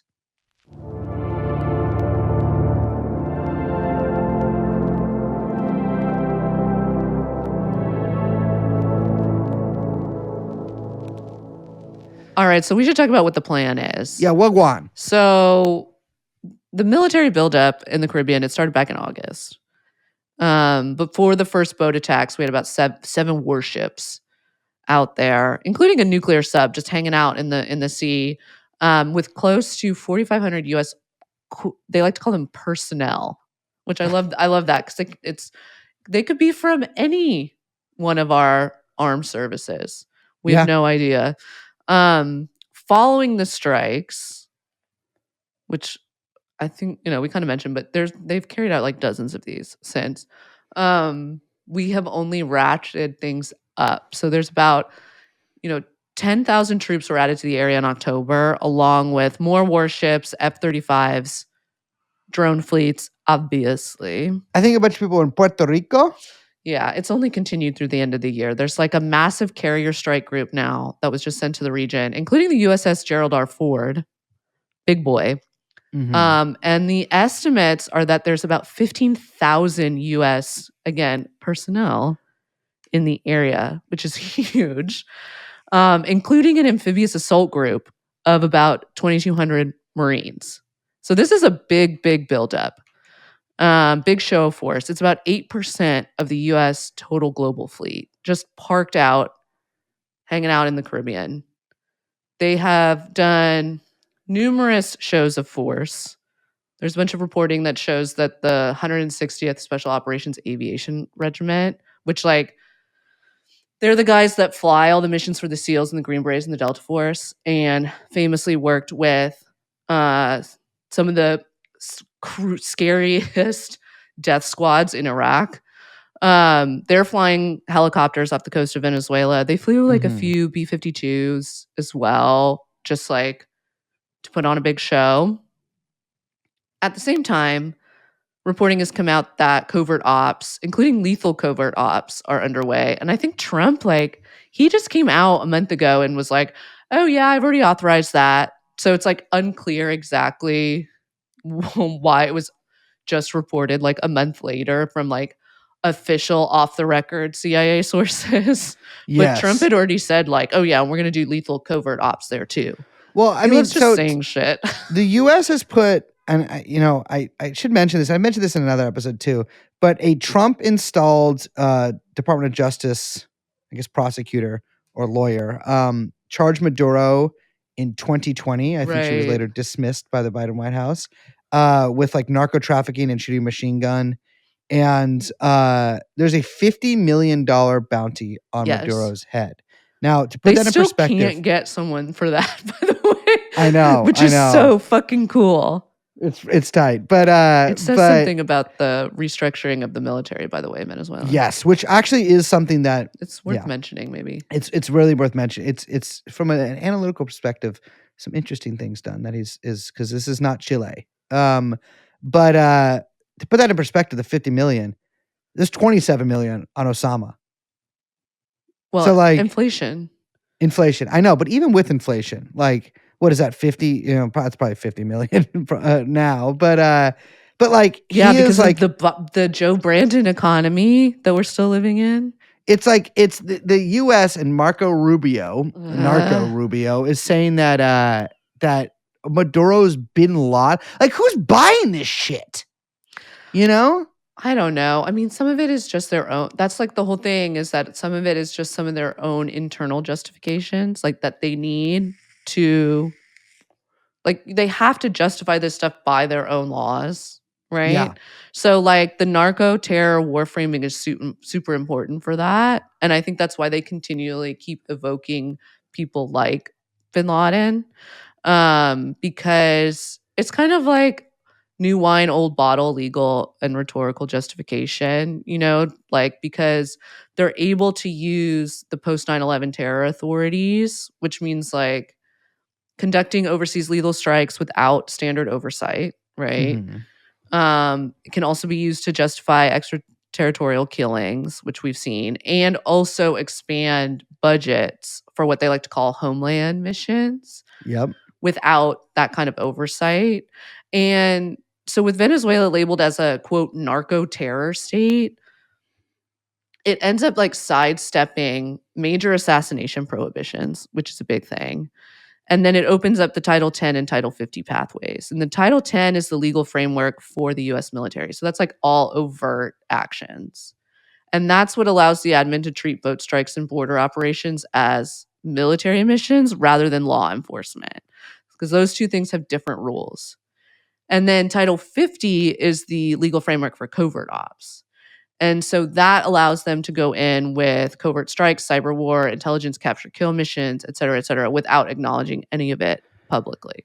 So I was wondering if they had to do an AUMF, an authorization of use of military force here. And it seems like they're just no. No, they're trying to just kind of stretch the limits of metaphor, really. But like something that I think people should get in their head is that like it's so. I mean, it's just such a like remember the Yemen shit? They were like, we need to do an AUMF for Yemen, like all this stuff, and it's just like they don't actually need to. They just do whatever they want. Right. Like these people, it's what drives me crazy is these people live outside the law, yet we are constrained by it in dealing with them. And that's what drives me crazy. Like that's what really makes liberals of us all, because somehow they can exist. Not somehow, it's because they have the monopoly on violence, but they can exist with outside of the bounds of laws that they themselves took part in creating, or especially the people overseeing. But in order to oppose them, there's an increasingly arcane and restrictive set of laws that you have to obey, or you're getting sent to El Salvador. Yeah. So it's unclear exactly. I mean, they haven't given the go-ahead yet, right? It's like it's a little unclear what is going to happen. Yeah. If taco will taco, which is still on the table for sure. Kind of did in Trump 1. I could see him pulling back from this. Elliot Abrams. Shout out Elliot Abrams. He came out of whatever coffin he was sleeping in to give start really lobbying for regime change. Uh-huh. And he was like, Trump is already, it was his Informed Policy mag, my favorite mag. Trump has already passed the point of no return. The game is on. I love when people say that. The game is afoot. And either he wins or Maduro wins. This is kind of how he lays out the plan. Washington should expand its target to include drug trafficking speedboats in ports, in addition to those on the high seas, because the threat must be brought home. So he's talking about bombing Venezuela directly. Okay. Uh-huh. Then he says, to protect U.S. planes that may strike targets in Venezuela, and to demonstrate that such strikes are planned, U.S. forces should destroy Venezuela's air defense systems, F-16 fighter aircraft at the Palo Negro Air Base, and the Sukhoi jets at the air base located in La Orchia, an island about 100 miles off the coast. So he's like, take out all the fucking military. Mm-hmm. Then, he continues on talking about, then you target all the small airstrips, he says, that are used for drug trafficking, of course. And anything affiliated or that has links to ELN, which is, of course, what he calls Colombian terrorist group, aligned with Maduro. And then he says, no single step would have a greater effect on the Venezuelan military, intelligence services, and police than removing Interior Minister Diosdado Cabello, the regime's chief thug. So this is something that TrueAnon listeners should keep in mind. Elliot Abrams, clearly a follower of the TrueAnon rules. He recognized the importance of the Interior Ministry, as does Nicolas Maduro. Yes. And then he says, it is not likely that Maduro's regime could withstand such an assault. But aside from deploying special forces, it would be neither wise nor necessary to deploy U.S. ground forces to Venezuela. The U.S. we can never, we don't want to ever deploy ground forces. Well, I think what they want to do is assassinate. So back in late November, the New York Times had a piece reporting on a bunch of war games that the U.S. government did for a potential Venezuelan assault. And it did not turn out the way that Elliot is suggesting. They said the results showed that chaos and violence were likely to erupt within Venezuela as military units, rival political factions, and even jungle-based guerrilla groups jockeyed for control of the oil-rich country. Yeah, no fucking shit, dude. Like, I think people bring up Iraq, but probably a more apt comparison, especially given what the military plans to be, would be Libya. Yeah, well, I think also a more apt comparison would be Libya as well, because Venezuela does have social programs that would be immediately cut for all of these people and have actually suffered quite a bit because of U.S. sanctions. And like there is a base for Maduro. Like people pretend that like he's like the most unpopular leader in the world, whatever. No. I mean, there might have been some hijinks in the last election, which, by the way, I would have canceled all elections in 2002 after the coup. So there's that. But it is like complete delusion that this is some like horribly unpopular leader that they'll kill, and then everything will just like everyone will be like, oh, thankfully we're freed now. No. Yeah, they'll welcome us. What did Cheney say? They'll welcome us with with open arms or as liberators. It's or ridiculous. whoever it was that said that. Yeah, I mean, you brought this up with the restructuring of the military, but I do think it is, worth mentioning. Like the U.S., I think, is exaggerating, overstating its ability to just like trigger political collapse. This is sort of similar to every other kind of coup attempt with Chavez, but like they did restructure the military in a way. I don't know. They say that like to coup proof it, which it's like how far can you really like take that? But my understanding is that they have like really fragmented command structures and they do like systematic purging constantly to like really like harden alliances, basically. It's really funny because they hear the way the opposition tells it. There's like Cuban like commissars standing behind every general, and like all Cuban bodyguard that like supports Maduro and stuff. I fucking which is wish. Like, I mean, maybe there's probably some Cubans there, but like, it's funny because Bukele has like his Venezuelan opposition advisors and stuff like that. And so, I mean, imagine to be a Latin American advisor. That would be a dream job for me. But it is just like the military has not turned on Maduro. That's what they were counting on during the fucking Guaido stuff. And Guaido got like 20 guys. But also like what members of the military are going to move against Maduro if there's no credible guarantees of immunity? Unless you really fucking believe this, why would you do that? And why would you move against Maduro and then give it to Machado? Yeah. And like, if you're a patriot too, like this is the whole thing. Like with that last election, I'm like, I'm sorry, like, why would you give power to people who are begging the U.S. to bomb your country? And kill people and kill Venezuelans. It's so funny to go on TV and be like, please, Mr. Trump, bomb my country. Bomb my country. Bomb my country. Bomb my country. It's like, yeah, you can't be in the fucking election. Alabama, bitch. I'm sorry, you're going to fucking jail if I'm in charge. Like, bomb my country. Fuck you. Yeah. That's what's bomb my country and make it. Please bomb my country and install me, Lady Malay. Get fucking real, dude. Lady Malay. You're in the clank, baby. I'm sorry. You know what? We're giving you. I'm like, it's crazy to me. I mean, it's just and again, balls and strikes here.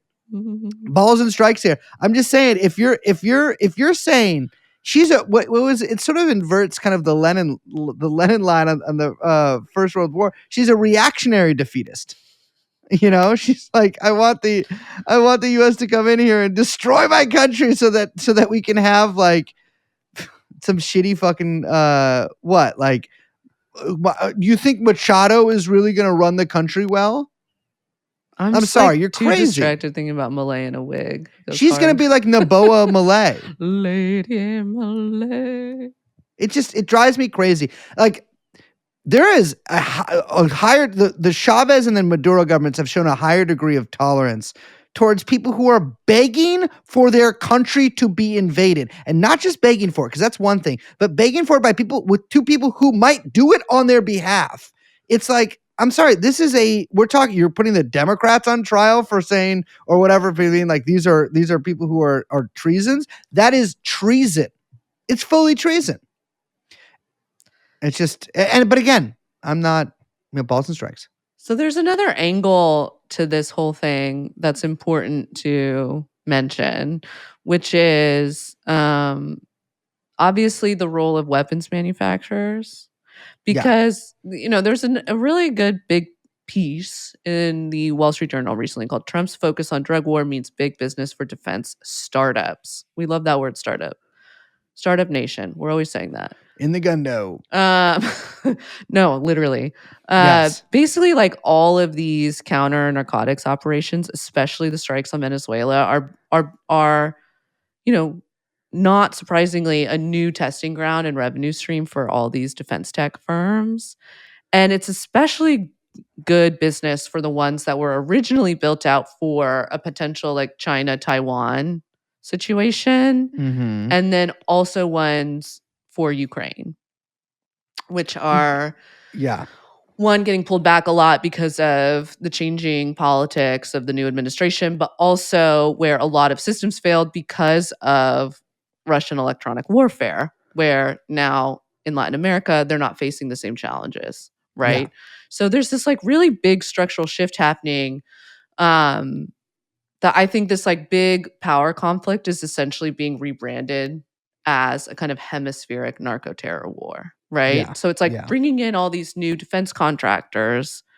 Drones are kind of getting rebranded, and there's like a bunch of firms pitching like AI drug network mapping, all that kind of stuff, right? Which is kill lists. Yeah, there's even some like Ukrainian startups in there who are like trying to get in with their experience in fighting against electronic warfare, right? So Southcom came out and said that the Caribbean is a quote ideal setting for demonstrating new technologies. And this is kind of going back to what I was saying about Latin America being like the US's like testing ground for, or like theater for showing like a big show of force to the world, you know? So, which isn't to diminish the like the actual like political nature of these attacks as well. It's like Venezuela and the rest of Latin America are both targets and stages. You know what I mean?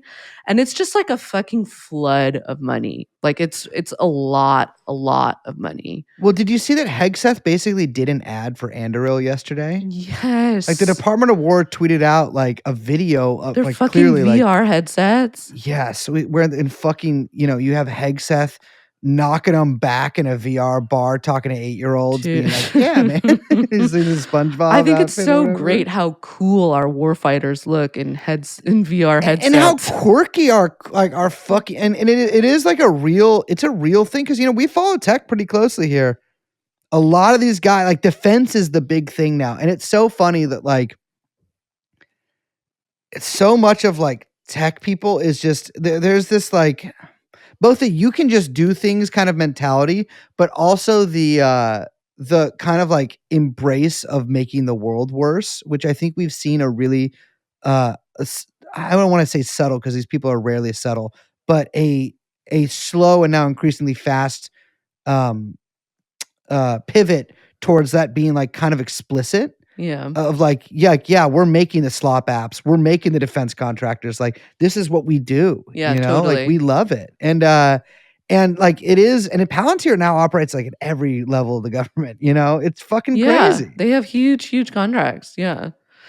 The last thing, and we do got to mention this real quick because it is an important component, is the oil. The oil. Yeah. The oil. It's always about the oil. Black gold. And you know me, Liz, you know me, I'm as green as they come. I'm as green as they come. But a lot of these guys, because that's the reason. You remember that guy that wrote How to Blow Up a Pipeline, right? Never wrote a sequel because when he did blow up the pipeline, he held that nectar in his hands and he smelled it and he tasted it, he licked it up like a cat. And he was like, ooh, this stuff is amazing. This stuff is amazing. Imagine this. They say it's dinosaur bones. Yeah, right. But these dinosaur bones all ground up, and now I get to run the Jenny, charge my motherfucking iPad, and watch Coco Melon. It's amazing. Dylan style. Me and Dylan watch Coco Melon on the Jenny hooked up to the iPad, dude, from oil. Black gold. You know what I'm saying? Think how much faster you could get on your Coco Melon if we had access to Venezuela's oil. Wow. Coco Melon does kind of sound That's how they should sell this. Coco Melon does sound like something like you're like, I don't know, you're like Panamanian classmate's name. but yeah, I know. That the thing is Venezuela has so much oil. Yeah, it has one of the largest proven oil reserves in the world. Most of it, it should be noted, it's actually really very important that most of those reserves are in the form of heavy crude, what they like to call tar sands. But enough about my ex-boyfriend. Terrible. But yeah, it's not. They can't really refine it there either. No, they need help, which is where Western firms come in, and maybe some Chinese. So although they could come in a lot more. China, if you're listening to this, I wish I knew how to speak Chinese. Don't back down. No, they back down. When did they stand up? Stand the fuck up, China. Stand tall. But China's infrastructure shit in Venezuela has not been good. Yeah. It just, I mean, it's not like bad for Venezuela. Well, it's kind of not been great, but there's a lot of unfinished shit there's a lot of, it's tough. It's not just because of that. I mean, the sanctions and the underinvestment, and then there's also a bunch of environmental considerations, right? That have all sort of depressed Venezuela production and export capacity. Like they could be pumping a lot more than they are. Maybe they don't need to, but they could. And, the US companies are sure salivating over it. It is one of, we should say, Venezuela, because I think I don't know if people know this, Venezuela is one of the largest suppliers of oil to the US. It's right behind Canada and Mexico and the Saudis. Something like, it varies between like 200 to 300,000 barrels per day, depending on the month. And most of that is produced by Chevron, who also represent about a third of Venezuela's total oil production. Yeah. So they're putting out about 1 million barrels a day. You might say, wait a second, how can we get oil from Venezuela when there's sanctions on Venezuela? Well, we, because it's in our interest, we give them a special license to work with Chevron. Yep. So we can still keep getting that black gold. That black gold. Yeah. Biden lifted those sanctions, by the way, in 2023, but then they were like reimposed after the election, even as Chevron's exemption. That exemption is always renewed. It is always kept in place. We keep that baby going. Chevron is actually really important here, not just because they're like a huge Western multinational, but because like for Venezuela, the Chevron sales generate hard currency that Venezuela then converts on its exchange market, and it's what helps stabilize their currency and tame some inflation. So they have like an important kind of structural role. Like you mentioned the refining, like they supply the hydrocarbons necessary to blend with the heavy crude, which Venezuela wouldn't be able to like transport and refine much of it without that. So there's kind of like both macro and production considerations here on both sides. It's a little more complicated than maybe people would like it to be. But the largest buyer of Venezuelan oil is China. To charge the iPad. Yeah, the Chinese iPads. The Chinese iPads. The ones that fold. It's like somewhere between 80 and 90% of Venezuelans' exports. Yeah, I was looking at this. It's crazy. And it's completely like, I mean, it's a relatively new phenomenon, obviously, because of the sanctions. Yeah. Exports in 2024 reached something like 17.5 billion USD. So it's really big. China and Venezuela have deep ties going back to the 70s. But Xi has been explicit about how important of an energy partner Venezuela is for them, along, because it's also they want it to be a key market for Chinese infrastructure and tech projects. Yeah, it's also like, I mean, it's funny. I think there's a subtext here with like a lot of just energy competition with China in general. Yeah. Whereas like the US is really, I'm sure that you've noticed this, there's like a real focus on like, we need a lot more energy to power our data centers because we're doing the Manhattan Project AI against China. Right. Yeah. And, look, China is Venezuela's second largest trading partner. Like China mostly exports like machinery, electronics, consumer goods, and then Venezuela provides the fuel and the crude. So it's a pretty simpatico relationship. Also, and this is important, China's lent Venezuela about $60 billion since the 2000s, which is more than they've lent any Latin American country. Yeah. And when Venezuela defaulted, they basically repaid all of their loans in oil rather than cash, which super cool of China to let them do that. And it also like deepened their dependence on Chinese buyers and financing, while China was then effectively able to like securitize future barrels. So it was like, a pretty good situation for both of them. Although I do think that Venezuela's been that's sort of a black hole in China's balance sheet, but who cares? Yeah. Much of Not their my business. oil revenue too from China is coming in the yuan and not dollars, which is both useful to Venezuela because it allows them to get around the sanctions. And then for China, it's like a slow step de-dollarization as they're doing all of this trade. So, it's like you really got to stress that like China's continued trade with Venezuela is like a way around US financial channels. And it also gives them major diplomatic weight in international forums, like which is very, very important. So this relationship is really key, which is why you keep seeing it, while not explicit, very like clearly signaled in that like NSS, right? Like even by Trump admin's own admission, yes, this has to do with like oil and gold and minerals and all those strategic assets, but it also has to do very much with Venezuela's alignment with China. And also, by the way, through that, Russia and Iran, and not really any kind of drug trafficking or narco-terrorism. I mean, we have to keep in mind the Panama and the Greenland stuff, right? Yeah.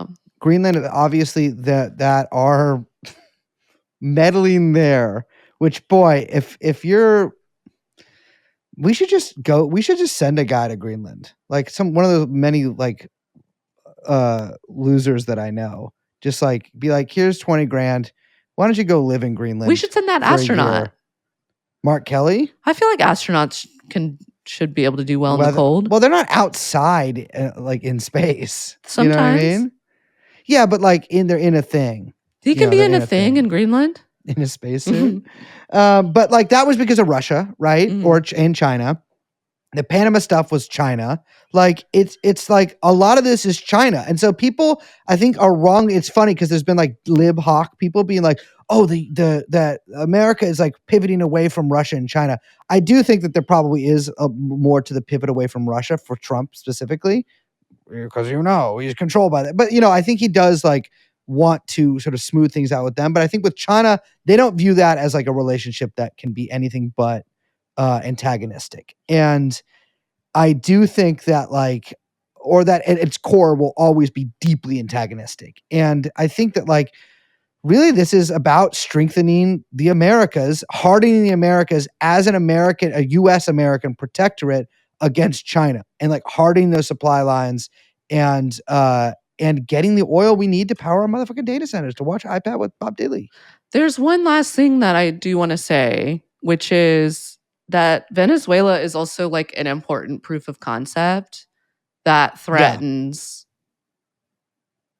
some of the American project, right? Like if you can be a left-wing government in the US sphere of influence and weather continued military pressure, cultural pressure, diplomatic pressure, massive fucking sanctions, and still resume modest growth, thanks to the backing from China, it's sending a signal to the world that it's possible to defect from Washington and not die. Yes. And that's really, really big in the region. And so for the US, it's basically like a test case, right? Do sanctions and regime change still work? And, I don't know. I think we might find out, or we might taco.